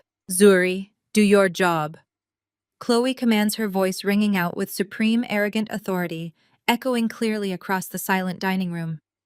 "We cannot have this staining Winston's beautiful floor. Clean it up right now." A wave of profound, absolute horror washes over the faces of the high society guests. Winston Thorne drops his heavy cloth napkin, his jaw clenching in tight fury at the blatant display of cruelty unfolding in his home. But my parents do not share the room's collective disgust. I look past Chloe and see Valerie and Calvin sitting comfortably in their chairs. They are not shocked. They are not stepping forward to defend their youngest daughter from public humiliation. Instead, Valerie gives a slow, approving nod, her eyes gleaming with toxic satisfaction. Calvin crosses his arms over his chest, leaning back with a smug, arrogant smile. They are perfectly comfortable watching me being treated like the lowest form of hired help because this is exactly the dynamic they have cultivated behind closed doors for my entire life. They have always positioned me as the eternal servant, the designated scapegoat, meant to clean up the messes my sister deliberately creates. They want me on my knees scrubbing the floor in front of 50 elite strangers so they can validate their own twisted superiority. I look down at the dirty bar towel resting in my lap. The damp fabric seeps cold water through my dress, chilling my skin. I do not move to pick it up. I maintain my absolute stoic composure, focusing my mind entirely on the sleek black Vanguard card resting inside Chloe's clutch purse. Let her enjoy this fleeting momentary high. Let her revel in the false power she feels right now. Every single person in this room is witnessing her true character, and the forensic accounting team is simultaneously documenting every single felony she commits. The heavy silence in the pavilion is suddenly shattered by the sharp, aggressive screech of a wooden chair violently pushing back against the marble floor. Julian stands up. His face is completely drained of color, contrasting sharply with the dark, tailored lines of his expensive tuxedo. His hands are balled into tight, white-knuckled fists at his sides. He looks at the shattered glass, the spreading pool of red wine, and the dirty towel resting in my lap. A look of absolute visceral disgust twists his handsome features. He does not look at Chloe. He completely bypasses his fiancée and steps forward, abandoning the head table entirely. He walks purposefully toward my dark corner of the room, his expensive leather shoes stepping carefully around the spreading red stain. He reaches his hand out, clearly intending to take the dirty towel from my lap and help me stand up. Before he can take another step, Chloe lunges forward. She grabs his forearm, her sharp acrylic nails digging aggressively into the fine fabric of his tuxedo jacket. She yanks him backward, preventing him from reaching me. Her face is flushed with manic, angry energy, completely desperate to maintain her absolute control over the narrative she is forcing onto the room. "Do not ruin your suit, babe!" Chloe snaps, her voice tight with venomous panic and condescending authority. She tightens her grip on his arm, glaring down at me with supreme disgust. This is what she is used to. She does this for a living. Leave her down there where she belongs. Julian freezes. He slowly turns his head, looking down at the manicured hand digging into his arm, and then looks up into Chloe's face. The polite, refined mask he has worn all evening completely shatters. He stares at the woman he promised to marry, the woman he believed was a sweet, innocent victim of a cruel, jealous sibling, and he finally sees the terrifying, malicious reality standing right in front of him. The absolute silence in the dining pavilion stretches out, becoming a heavy, suffocating weight that presses down on the entire Thorne family. Julian looks from Chloe to the approving, smug faces of Valerie and Calvin, and then back to my perfectly calm, unbothered expression. The illusion is broken, and the catastrophic unraveling of Chloe's entire carefully constructed high society life has officially begun. The heavy silence in the dining pavilion is a tangible force pressing against the glass walls. I do not look at Julian, whose face is currently frozen in a mask of absolute horrified realization. I do not look at my mother, whose eyes are shining with a toxic, victorious gleam. I simply look down at the imported white Italian marble floor and the spreading pool of expensive vintage red wine. I slowly lower myself to my knees. The cold, hard stone sends a sharp chill through my bare legs, but I do not flinch. I take the dirty, damp bar towel that Chloe hurled at my chest and place it carefully over the dark red stain. I press my hands flat against the rough fabric, absorbing the liquid with slow, methodical movements.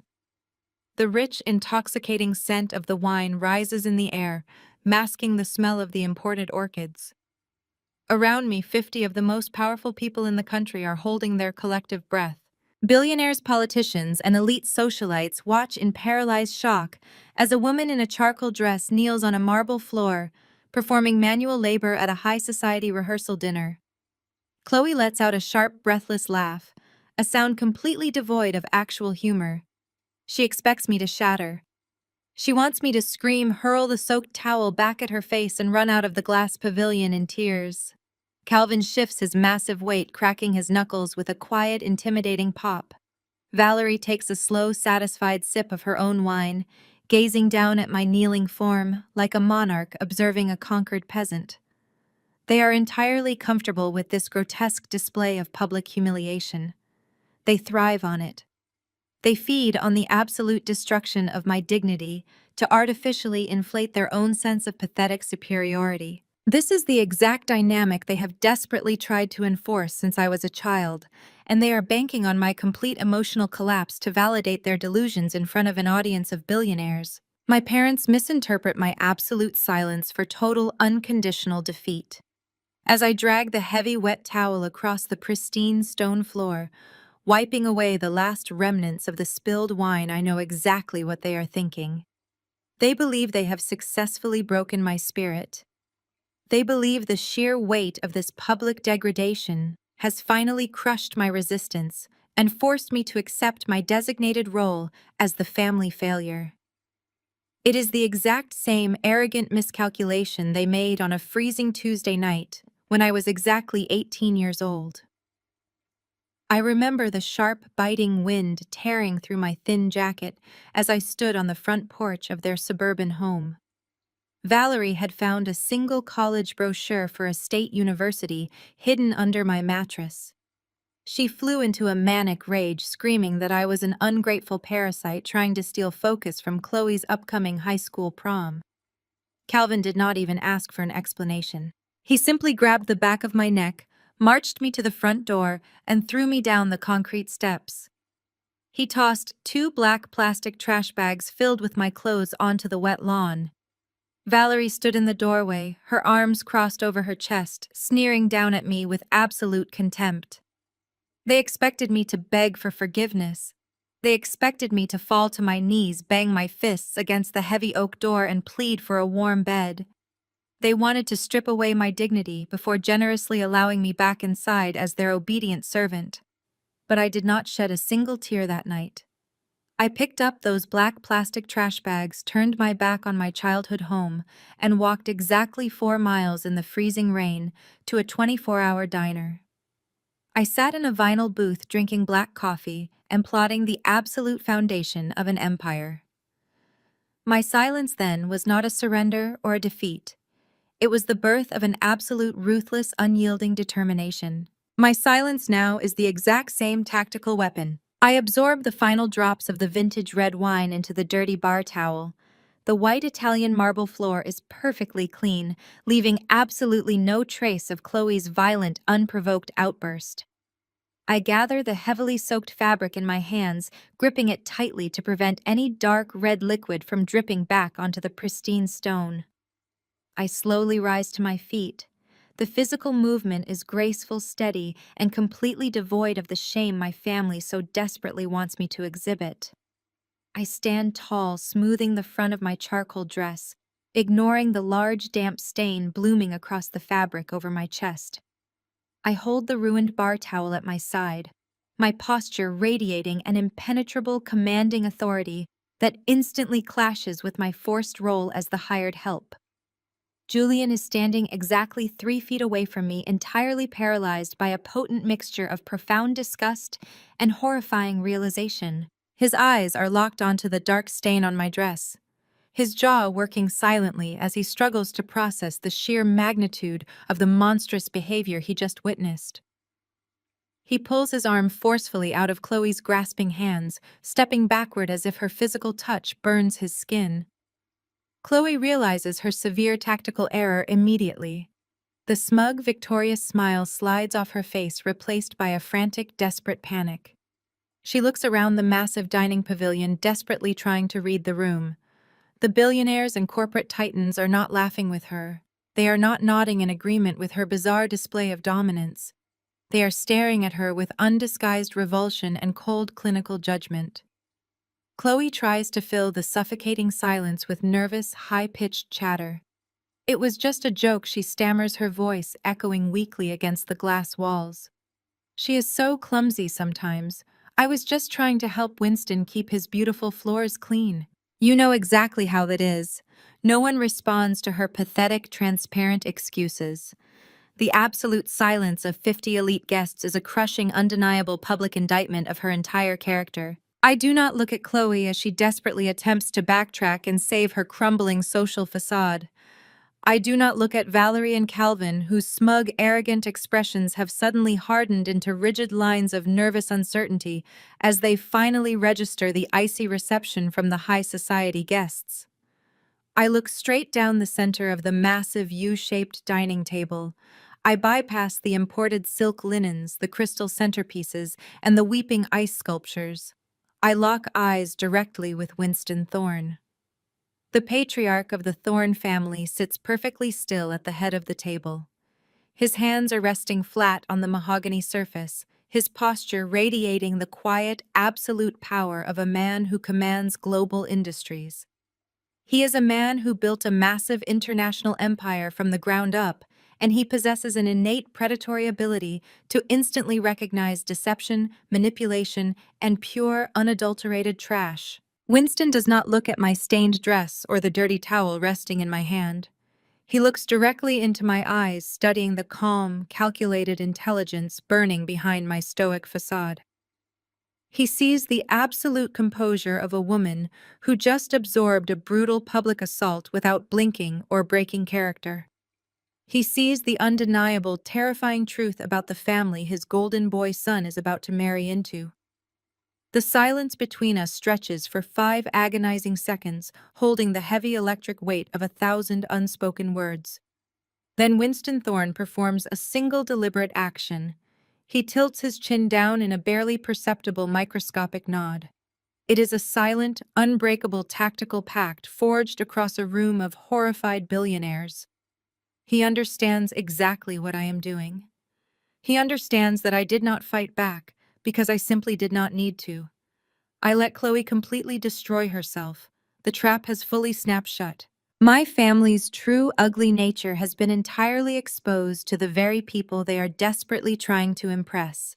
They have completely outed themselves as malicious, classless frauds who lack the basic human decency required to function in this elevated social sphere. Their desperate, greedy masquerade has officially imploded under the blinding spotlight of their own toxic arrogance, leaving them with absolutely nowhere left to hide from the devastating fallout. The entire carefully orchestrated illusion they built is now lying in ruins scattered across the pristine white marble floor alongside the shattered glass and spilled vintage wine. I hold Winston's gaze for one final second, silently returning his microscopic nod. I turn around and walk silently out of the glass pavilion, carrying the soaked bar towel with me. The stage is perfectly set for tomorrow's wedding, where the absolute final nail will be ruthlessly driven deep into the wooden coffin of their entirely fraudulent, pathetic existence. The morning sun filters through the towering stained glass windows of the Thorne Estate Grand Ballroom, illuminating a scene of staggering, sickening excess. Chloe stands at the exact center of the vast room, looking like a porcelain doll dipped in stolen diamonds. She is wearing a custom $15,000 designer gown. The structured bodice is heavily encrusted with hand-sewn pearls, and the shimmering silk train stretches out for yards across the polished hardwood floor. She looks radiant and entirely oblivious to the fact that she is currently wearing a federal felony. Every single yard of imported silk, every rare white orchid cascading from the crystal chandeliers, and every glass of vintage champagne currently circulating the room was purchased using the sleek black Vanguard corporate card she stole from my purse. My forensic accounting team led by Marcus has been working relentlessly through the night. They have been meticulously cataloging the final staggering charges, building a digital mountain of irrefutable evidence.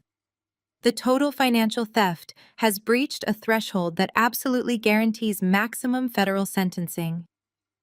I stand quietly near the heavy velvet drapes, watching my sister twirl for her sycophantic bridesmaids, completely intoxicated by her fraudulent temporary kingdom. A famous high society photographer claps his hands loudly, trying to corral the chaotic, frantic energy of the bridal party. He directs everyone toward the massive white marble fireplace to prepare for the formal family portraits. Valerie and Calvin immediately rush forward, practically sprinting across the room to position themselves on either side of their golden child. Calvin adjusts his rented tuxedo, pulling his heavy stomach in and puffing out his chest to project an air of wealthy authority. Valerie obsessively smooths the front of her expensive mother-of-the-bride dress, her eyes darting nervously around the room to ensure the elite Thorne family guests are properly witnessing her ultimate triumph. She wants everyone to believe she belongs in this world of private jets and generational wealth. I walk slowly toward the fireplace, my footsteps completely silent on the thick Persian rug. I am wearing a simple, understated, tailored dress, entirely devoid of the flashy designer labels my family so desperately craves. I am here solely to witness the final catastrophic act of this grotesque play. The photographer waves his hands, frantically gesturing for the immediate family to step closer together and fill the frame. I calmly step forward, intending to take my designated familiar position at the absolute far edge of the group. Before my foot can even settle on the marble hearth, Valerie violently twists her body toward me. She does not say a single word at first. She simply lifts her arm and physically shoves my shoulder backward with a surprising amount of aggressive, blunt force. The unexpected physical impact forces me to stumble a step back, completely removing my body from the camera lens. I catch my balance and look directly up into my mother's eyes. They are entirely devoid of any maternal warmth, replaced by a cold, calculating, intense cruelty. "Just the successful ones, Zuri," she commands, her voice dropping to a harsh, venomous whisper that slices straight through the ambient noise of the crowded ballroom. "Go wait in the hallway with the catering staff, so you are not in the background." Valerie instantly turns back to the camera, flashing a brilliant artificial smile, as if she did not just physically assault her eldest daughter. Calvin chuckles softly, adjusting his silk tie, perfectly comfortable with my public humiliation. This physical and emotional removal is a deeply ingrained, cherished family tradition. Standing there, I feel the phantom sting of a dozen past vicious exclusions rushing back to the surface. I remember being 12 years old and forcefully shoved out of the frame of our annual holiday card because my cheap wire braces ruined the flawless aesthetic Valerie wanted to project to her suburban country club friends. I remember standing in the pouring rain outside my high school graduation while Calvin took endless photos of Chloe holding my hard-earned diploma, claiming the thick paper simply looked much better in her delicate hands. They have spent my entire life actively trying to erase me from the family narrative, treating my very existence as a shameful, dark stain on their completely fabricated legacy. They expect me to argue right now. They desperately want me to ruin the elegant, sophisticated atmosphere with a pathetic, desperate plea for inclusion. They want to prove to the room that I am the unstable, jealous sister. Instead, I maintain my absolute, terrifying composure. I do not let a single emotion cross my face. I do not sigh or roll my eyes. I simply take another slow step backward, disappearing into the dark shadows of the heavy velvet drapes, perfectly willing to let them dig their graves just a few inches deeper. I turn on my heel to walk toward the catering hallway exactly as my mother instructed. As I pivot, my eyes catch a sudden sharp movement at the grand arched entrance of the ballroom. Julian and Winston Thorne have just walked into the room. They are both wearing immaculate, custom-tailored tuxedos, radiating the quiet, dangerous power of established old money. They arrived exactly in time to witness the entire violent, unprovoked exchange. Julian stops dead in his tracks, his expensive leather shoes halting on the polished wood. The polite, easygoing smile he usually wears completely vanishes from his face. His dark eyes are locked onto Valerie, and his jaw clenches so tightly I can clearly see a muscle ticking rapidly in his cheek. He heard every single venomous whispered word.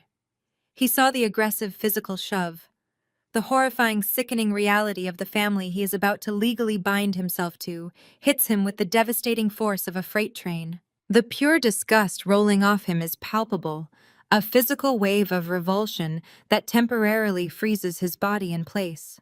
He looks at Chloe, who is still smiling brightly and posing for the camera, entirely ignorant of the fact that her fiancé is currently staring at her like she is a terrifying stranger. Julian takes a hesitant step forward, clearly intending to intervene, to pull me back into the center of the room and aggressively demand an explanation from my parents.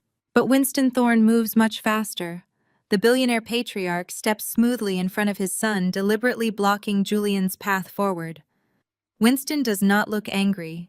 He does not look shocked. He looks terrifyingly calm and entirely in control of his domain. He shoots me a barely perceptible microscopic nod across the vast expanse of the grand ballroom. It is the exact same silent, unbreakable acknowledgement we shared last night over the shattered glass and the spilled vintage wine. The invisible, deadly trap I set exactly 2 months ago has finally reached its ultimate, violent conclusion. My family's true, ugly nature has been entirely exposed to the very people they are desperately trying to impress and manipulate. Winston does not say a single word to my parents. He does not reprimand Valerie for her disgusting abusive behavior or demand that Calvin apologize for his sickening complicity. He simply strides directly into the dead center of the massive room, his immense presence commanding the immediate absolute attention of every single person present. He raises his right hand high into the air, signaling the live wedding band positioned on the upper balcony. The conductor sees the gesture and immediately drops his baton. The cheerful, uplifting classical music cuts off with a sudden jarring screech of violin strings.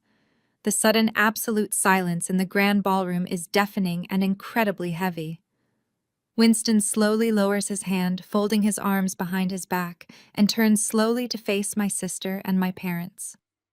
The stage is officially set. Winston Thorne commands the room without uttering a single syllable. The halt of the string quartet leaves a silence in the massive grand ballroom. 300 of the most influential people freeze in place. Waiters stop mid-step, holding trays of champagne. Politicians lower their glasses. Tech moguls turn their heads, their conversations dying instantly. The air in the room becomes heavy, suffocating under the weight of Winston's dark, focused stare. He walks slowly toward the elevated stage where the band stands completely paralyzed by his sudden intervention. Every step he takes across the polished hardwood floor echoes like a gavel striking a block. He ascends the 3 short steps to the platform and extends his right hand toward the trembling bandleader. The terrified musician scrambles to unclip the silver microphone from its stand and places it directly into Winston's palm. The feedback whines sharply for a fraction of a second before Winston silences it with a firm, practiced grip. He turns around to face the crowd. His eyes sweep over the sea of designer gowns and custom tuxedos, finally settling on my family standing closely together near the marble fireplace. Valerie is still adjusting the neckline of her dress, completely oblivious to the impending, inescapable doom. Chloe is holding the skirt of her $15,000 designer gown, posing slightly, entirely convinced this dramatic interruption is simply a prelude to a grand public declaration of her beauty and absolute grace. Winston slowly lifts the microphone to his mouth. His voice is deep, incredibly rich, and devoid of any human warmth. Before my son marries into this family, Winston announces, the sound booming through the state-of-the-art acoustic speakers, I think it is time we acknowledge the woman funding this entire event. The powerful words hang heavily in the crisp, air-conditioned atmosphere of the magnificent ballroom. Calvin instantly responds exactly as a predictable, egotistical parasite would in this highly specific situation. He literally puffs out his chest, inhaling deeply to maximize his physical presence in front of the wealthy crowd. He reaches down with his thick, clumsy fingers and proudly buttons the center button of his rented black tuxedo jacket, actively attempting to look distinguished, dignified, and commanding. A wide, smug, self-satisfied smile stretches across his aging face. He nudges Valerie aggressively with his elbow, confirming his absolute pathetic delusion. He fully expects Winston to announce a toast to his personal legacy, his fake business acumen, and his supposedly generous financial contribution to this lavish, over-the-top wedding.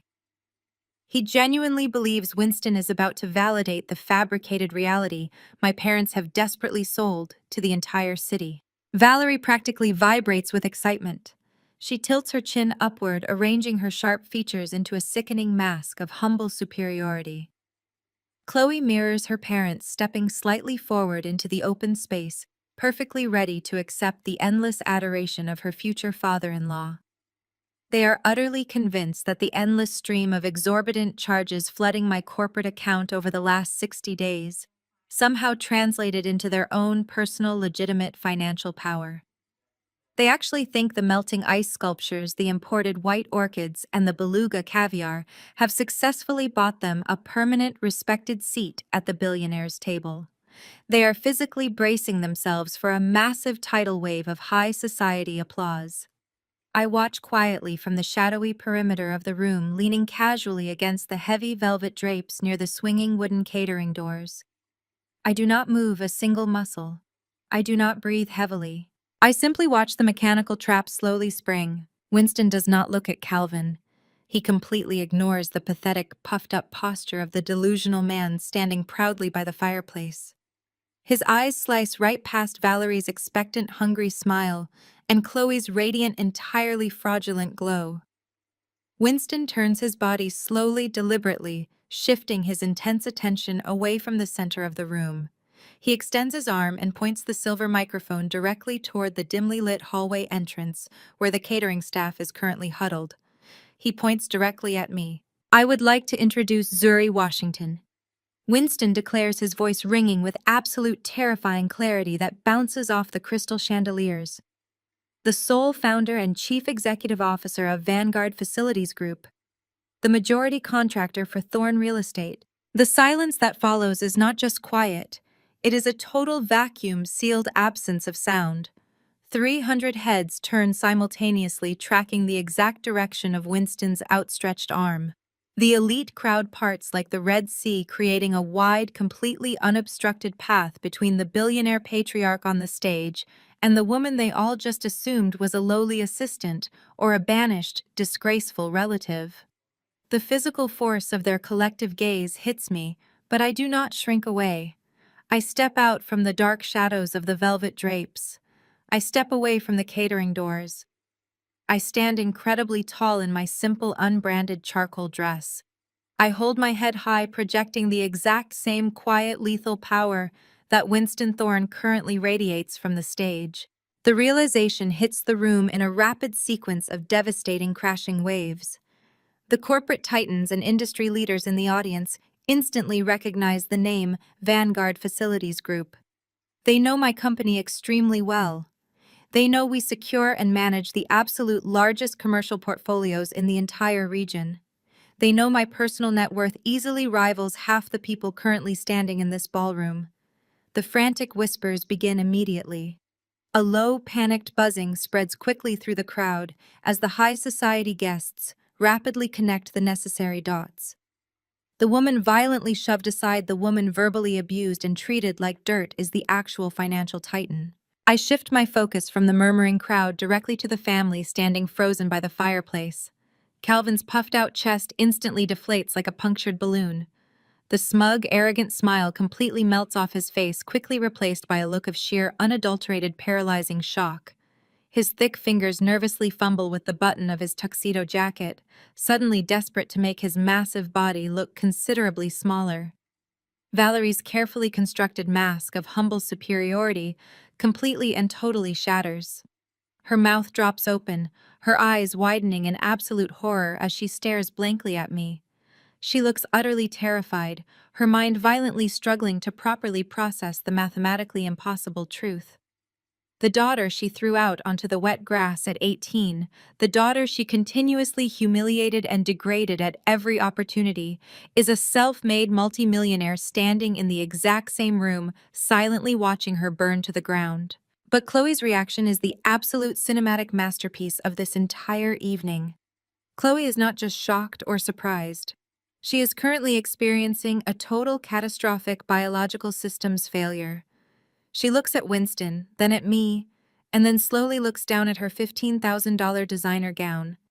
The hand-sewn pearls and imported silk suddenly look like heavy, suffocating metal chains. The stolen black card resting inside her designer clutch purse must currently feel like an active, ticking live grenade. The puzzle pieces violently slam together in her mind with brutal, entirely unforgiving force. Vanguard Facilities Group. The specific corporate account she has been blindly, gleefully, and aggressively draining for 2 entire months. She truly believed she was spending Julian's money, or perhaps some magical, unlimited high-interest credit line my parents had secretly secured. She never once bothered to read the company name printed clearly across the matte black plastic. She realizes right here in front of 300 elite guests that she just committed massive, irrefutable, completely documented federal wire fraud against her own sister's multi-million-dollar commercial corporation. Chloe's breathing becomes incredibly rapid and dangerously shallow. Her hands start shaking violently, her perfectly manicured nails trembling against the silk fabric. The beautiful, radiant bride quickly turns a sickly, horrifying shade of pale ash gray. She stumbles backward, her high heels awkwardly catching on the heavy silk train of her stolen dress. She looks desperately toward Julian for emotional and physical support, reaching out a trembling, panic-stricken hand to forcefully grab his arm. Julian actively recoils. He steps backward, putting a definitive, completely undeniable physical distance between himself and the manic woman he was supposed to marry tomorrow afternoon. His face hardens into a rigid mask of pure, visceral, unadulterated disgust. He looks at Chloe like she is a highly venomous snake that just attempted to bite him. He clearly heard Valerie tell me to go stand with the catering staff. He clearly saw the aggressive physical shove. He now fully understands that the massive, extravagant wedding weekend he is currently attending is entirely funded by stolen corporate money. Julian turns his back on Chloe without saying a single solitary word, completely and utterly abandoning her standing alone in front of his own father's entire, incredibly influential high society social circle. The absolute silence in the grand ballroom is a heavy, suffocating blanket pressing down on the 300 elite guests. Winston Thorne stands in the dead center of the polished hardwood floor, radiating the quiet, lethal power of a man who commands global empires. He grips the silver microphone tightly in his hand. Valerie and Calvin are entirely frozen in their places. The smug, triumphant smiles they wore mere seconds ago have violently contorted into masks of sheer, unadulterated panic. They do not understand the sudden, terrifying shift in power. Calvin aggressively puffs out his chest and buttons his rented tuxedo jacket, desperately trying to project an air of wealthy authority. He flashes a proud, sickening smile toward the head table. He fully expects Winston to announce a grand public toast to his fabricated family legacy and his supposedly generous financial contribution to this lavish, extravagant high society wedding celebration. Valerie aggressively smooths the front of her expensive silk dress, her eyes darting nervously around the room, ensuring the high society guests are properly witnessing her ultimate triumph. They firmly believe they have finally secured their permanent seats at the billionaire table. Winston does not even look at Calvin. He completely ignores the pathetic, puffed-up posture of the delusional man standing proudly by the marble fireplace. His dark, penetrating eyes slice right past Valerie's expectant, hungry smile and Chloe's radiant, entirely fraudulent glow. Winston turns his body slowly, deliberately shifting his intense attention away from the center of the room. He extends his arm and points the silver microphone directly toward the dimly lit hallway entrance where the catering staff is currently huddled. He points directly at me. "I would like to introduce Zuri Washington." Winston declares, his voice ringing with absolute terrifying clarity that bounces off the acoustic ceiling. The sole founder and chief executive officer of Vanguard Facilities Group, the majority contractor for Thorne Real Estate. The realization hits the room in a rapid sequence of devastating crashing waves. The corporate titans and industry leaders in the audience instantly recognize the name Vanguard Facilities Group. They know my company extremely well. They know we secure and manage the absolute largest commercial portfolios in the entire region. The frantic whispers begin immediately as the high society guests rapidly connect the necessary dots. The woman violently shoved aside is the financial titan. The color violently drains from my family's faces, leaving them looking like hollow, sickly ghosts. Calvin's puffed-out chest instantly deflates like a punctured balloon. The smug, arrogant smile completely melts off his face, quickly replaced by a look of sheer, paralyzing shock. Valerie's carefully constructed mask of humble superiority completely and totally shatters into sharp, jagged pieces. Her mouth drops completely open, her eyes widening in absolute horror as she stares blankly at me. She looks utterly terrified, her mind violently struggling to properly process the mathematically impossible truth.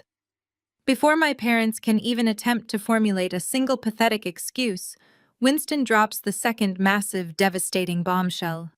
He turns back to the crowd, his expression shifting into something deeply serious and profoundly emotional.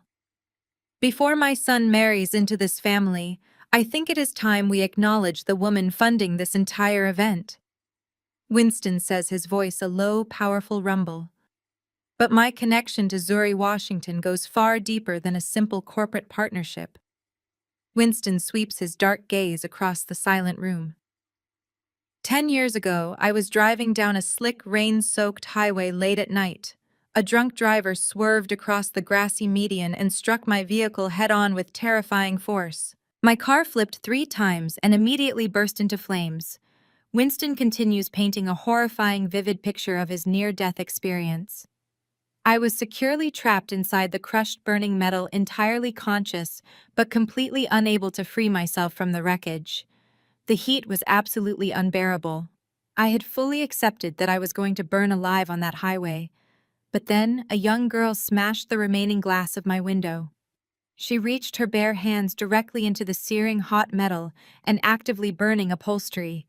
She grabbed me by the collar and dragged my heavy body out to the safety of the damp grass, just seconds before the gas tank completely detonated. By the time the paramedics arrived, the young girl had completely vanished into the dark, rainy night. I spent an entire decade hiring private investigators and searching desperately for the anonymous hero who saved me. I found nothing. She refused money or recognition. She simply saved a life. I discovered her identity 2 months ago when I signed the Vanguard contract. Zuri Washington, please raise your right hand. I slowly lift my hand, turning my palm outward for the entire ballroom to witness. A thick, twisted web of severe burn scars covers the entire surface of my skin. It is the permanent, violent mark of tearing a dying man out of a burning car. The collective gasp from the elite crowd is deafening. Valerie clutches her chest, looking physically ill. Calvin stares at my scarred hand with wide, terrified eyes. They always knew about the severe burn. I came home that night in agonizing pain, wrapping my hand in cheap drugstore bandages. They never once asked how I got injured. They simply yelled at me for actively bleeding all over their precious white hallway carpet. They are now terrifyingly realizing that the unwanted daughter they treated like absolute garbage literally saved the life of a famous billionaire. Chloe is staring blankly at my damaged hand, her jaw hanging completely open in absolute shock. Her $15,000 designer gown suddenly looks utterly ridiculous against the backdrop of true heroic sacrifice. She desperately tries to speak, but only a pathetic, quiet squeak escapes her dry throat. Winston does not allow them a single solitary second to recover their composure. His expression instantly shifts from deep reverence to pure, unadulterated, lethal disgust. He reaches inside the breast pocket of his custom-tailored tuxedo jacket and pulls out a thick, heavy stack of folded papers.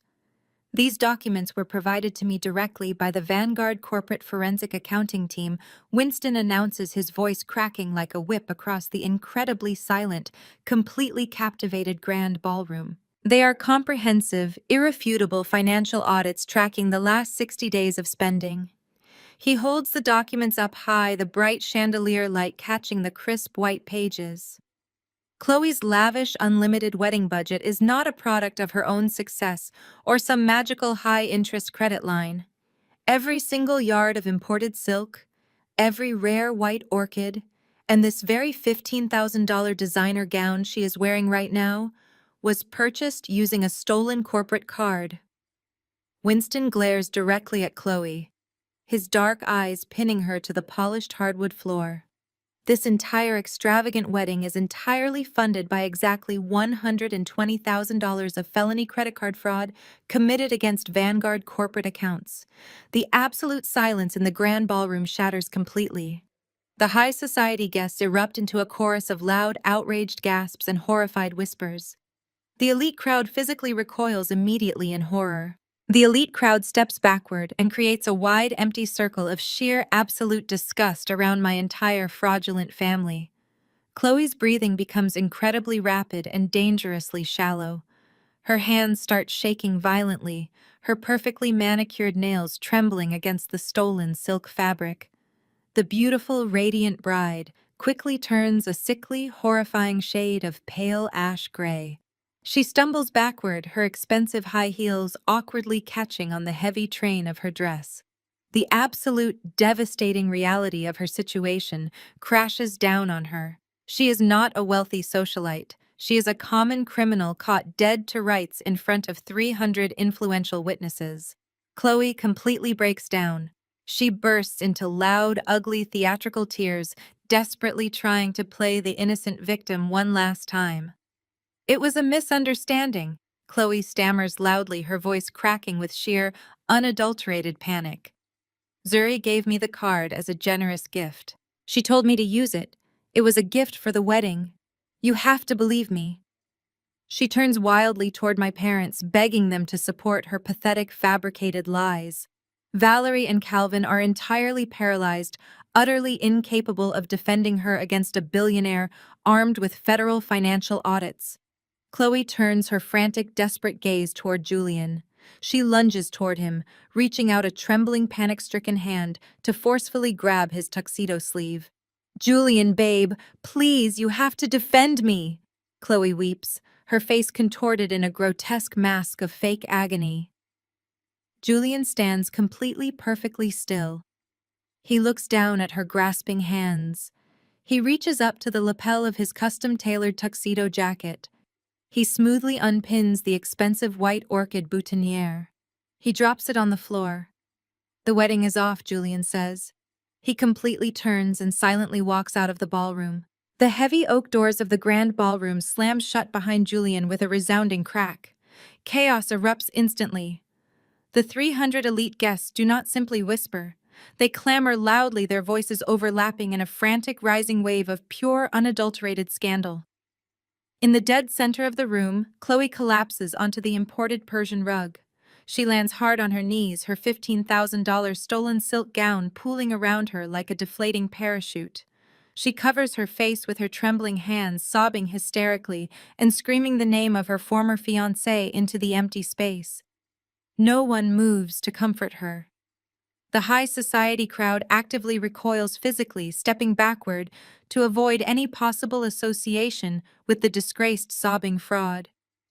The invisible, impenetrable wall of social ruin has already descended, completely trapping her inside. Valerie and Calvin remain frozen for exactly 3 agonizing seconds before the catastrophic reality of their situation finally overrides their shock. The billionaire safety net they desperately banked their entire fabricated existence on has just walked out the door. The massive secret debts they have been meticulously hiding for years are suddenly looming over them like a crushing avalanche. Without the Thorne family wealth to silently absorb their reckless spending, their carefully constructed house of cards is actively collapsing. Calvin turns a sickly, mottled shade of purple. He violently grabs Valerie, dragging her away from their weeping golden child and pulling her directly toward me. They rush across the polished hardwood floor, their shoes slipping frantically as they try to close the distance. They are completely panicking. Their eyes are wide and wild, darting nervously toward Winston Thorne, who still stands tall on the stage watching them with cold, clinical detachment. They stop 2 feet away from me, entirely breathless and sweating profusely. Valerie forces a terrified, trembling smile onto her face. It is a grotesque, unnatural expression that deeply contorts her sharp features. She reaches out her hands desperately, wanting to touch my arm, but she stops abruptly when I do not move a single muscle. "Zuri, sweetheart," she gasps, her voice shaking with a pathetic manufactured affection I have never once heard directed at me. "We always knew you were a genius.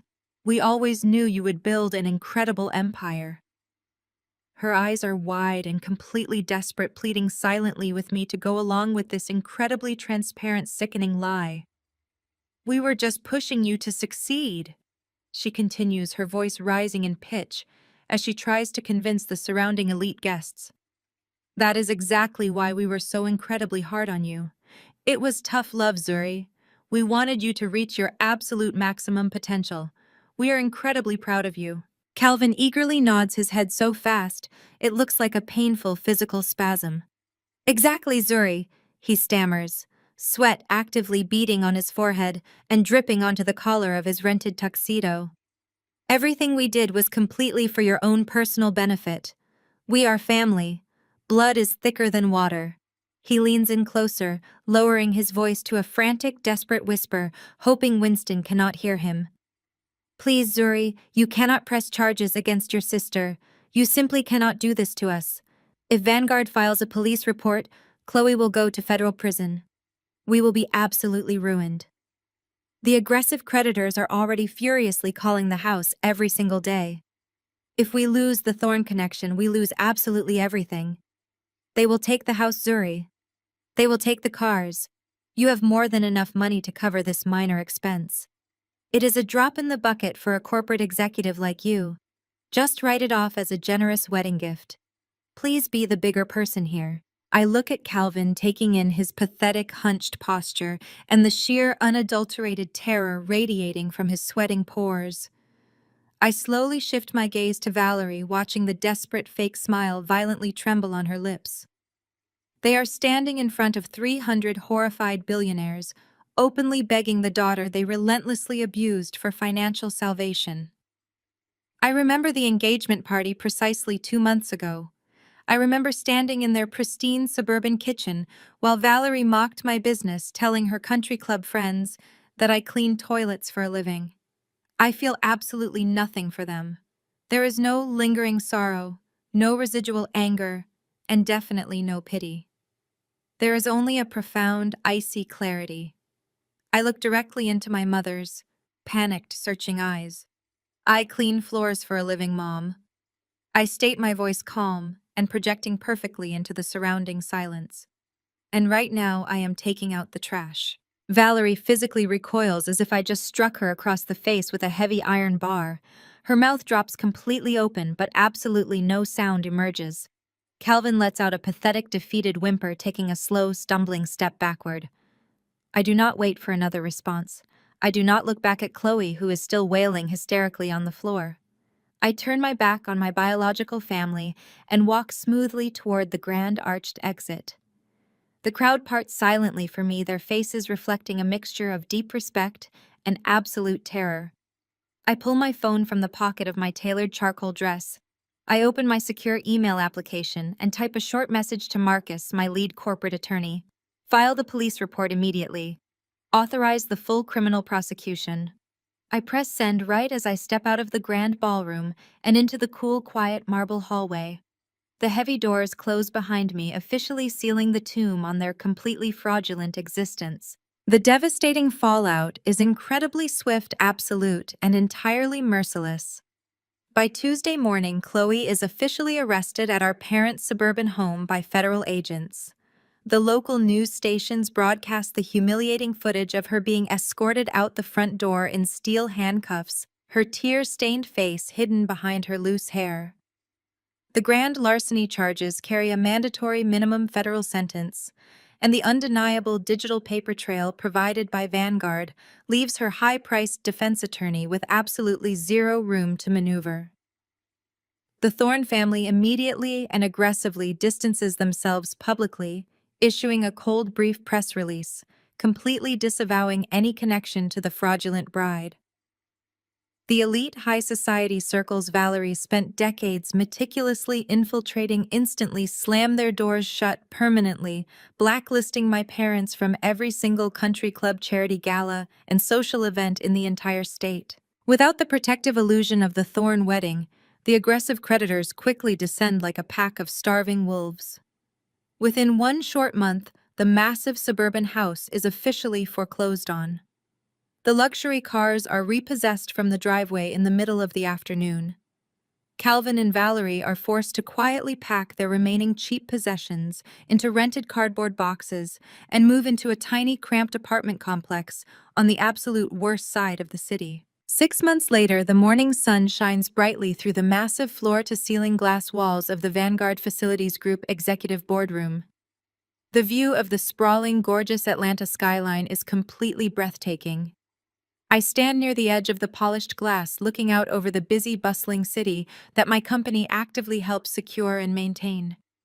The air in the room is cool, crisp, and smells faintly of rich, expensive leather and fresh brewed dark roast coffee.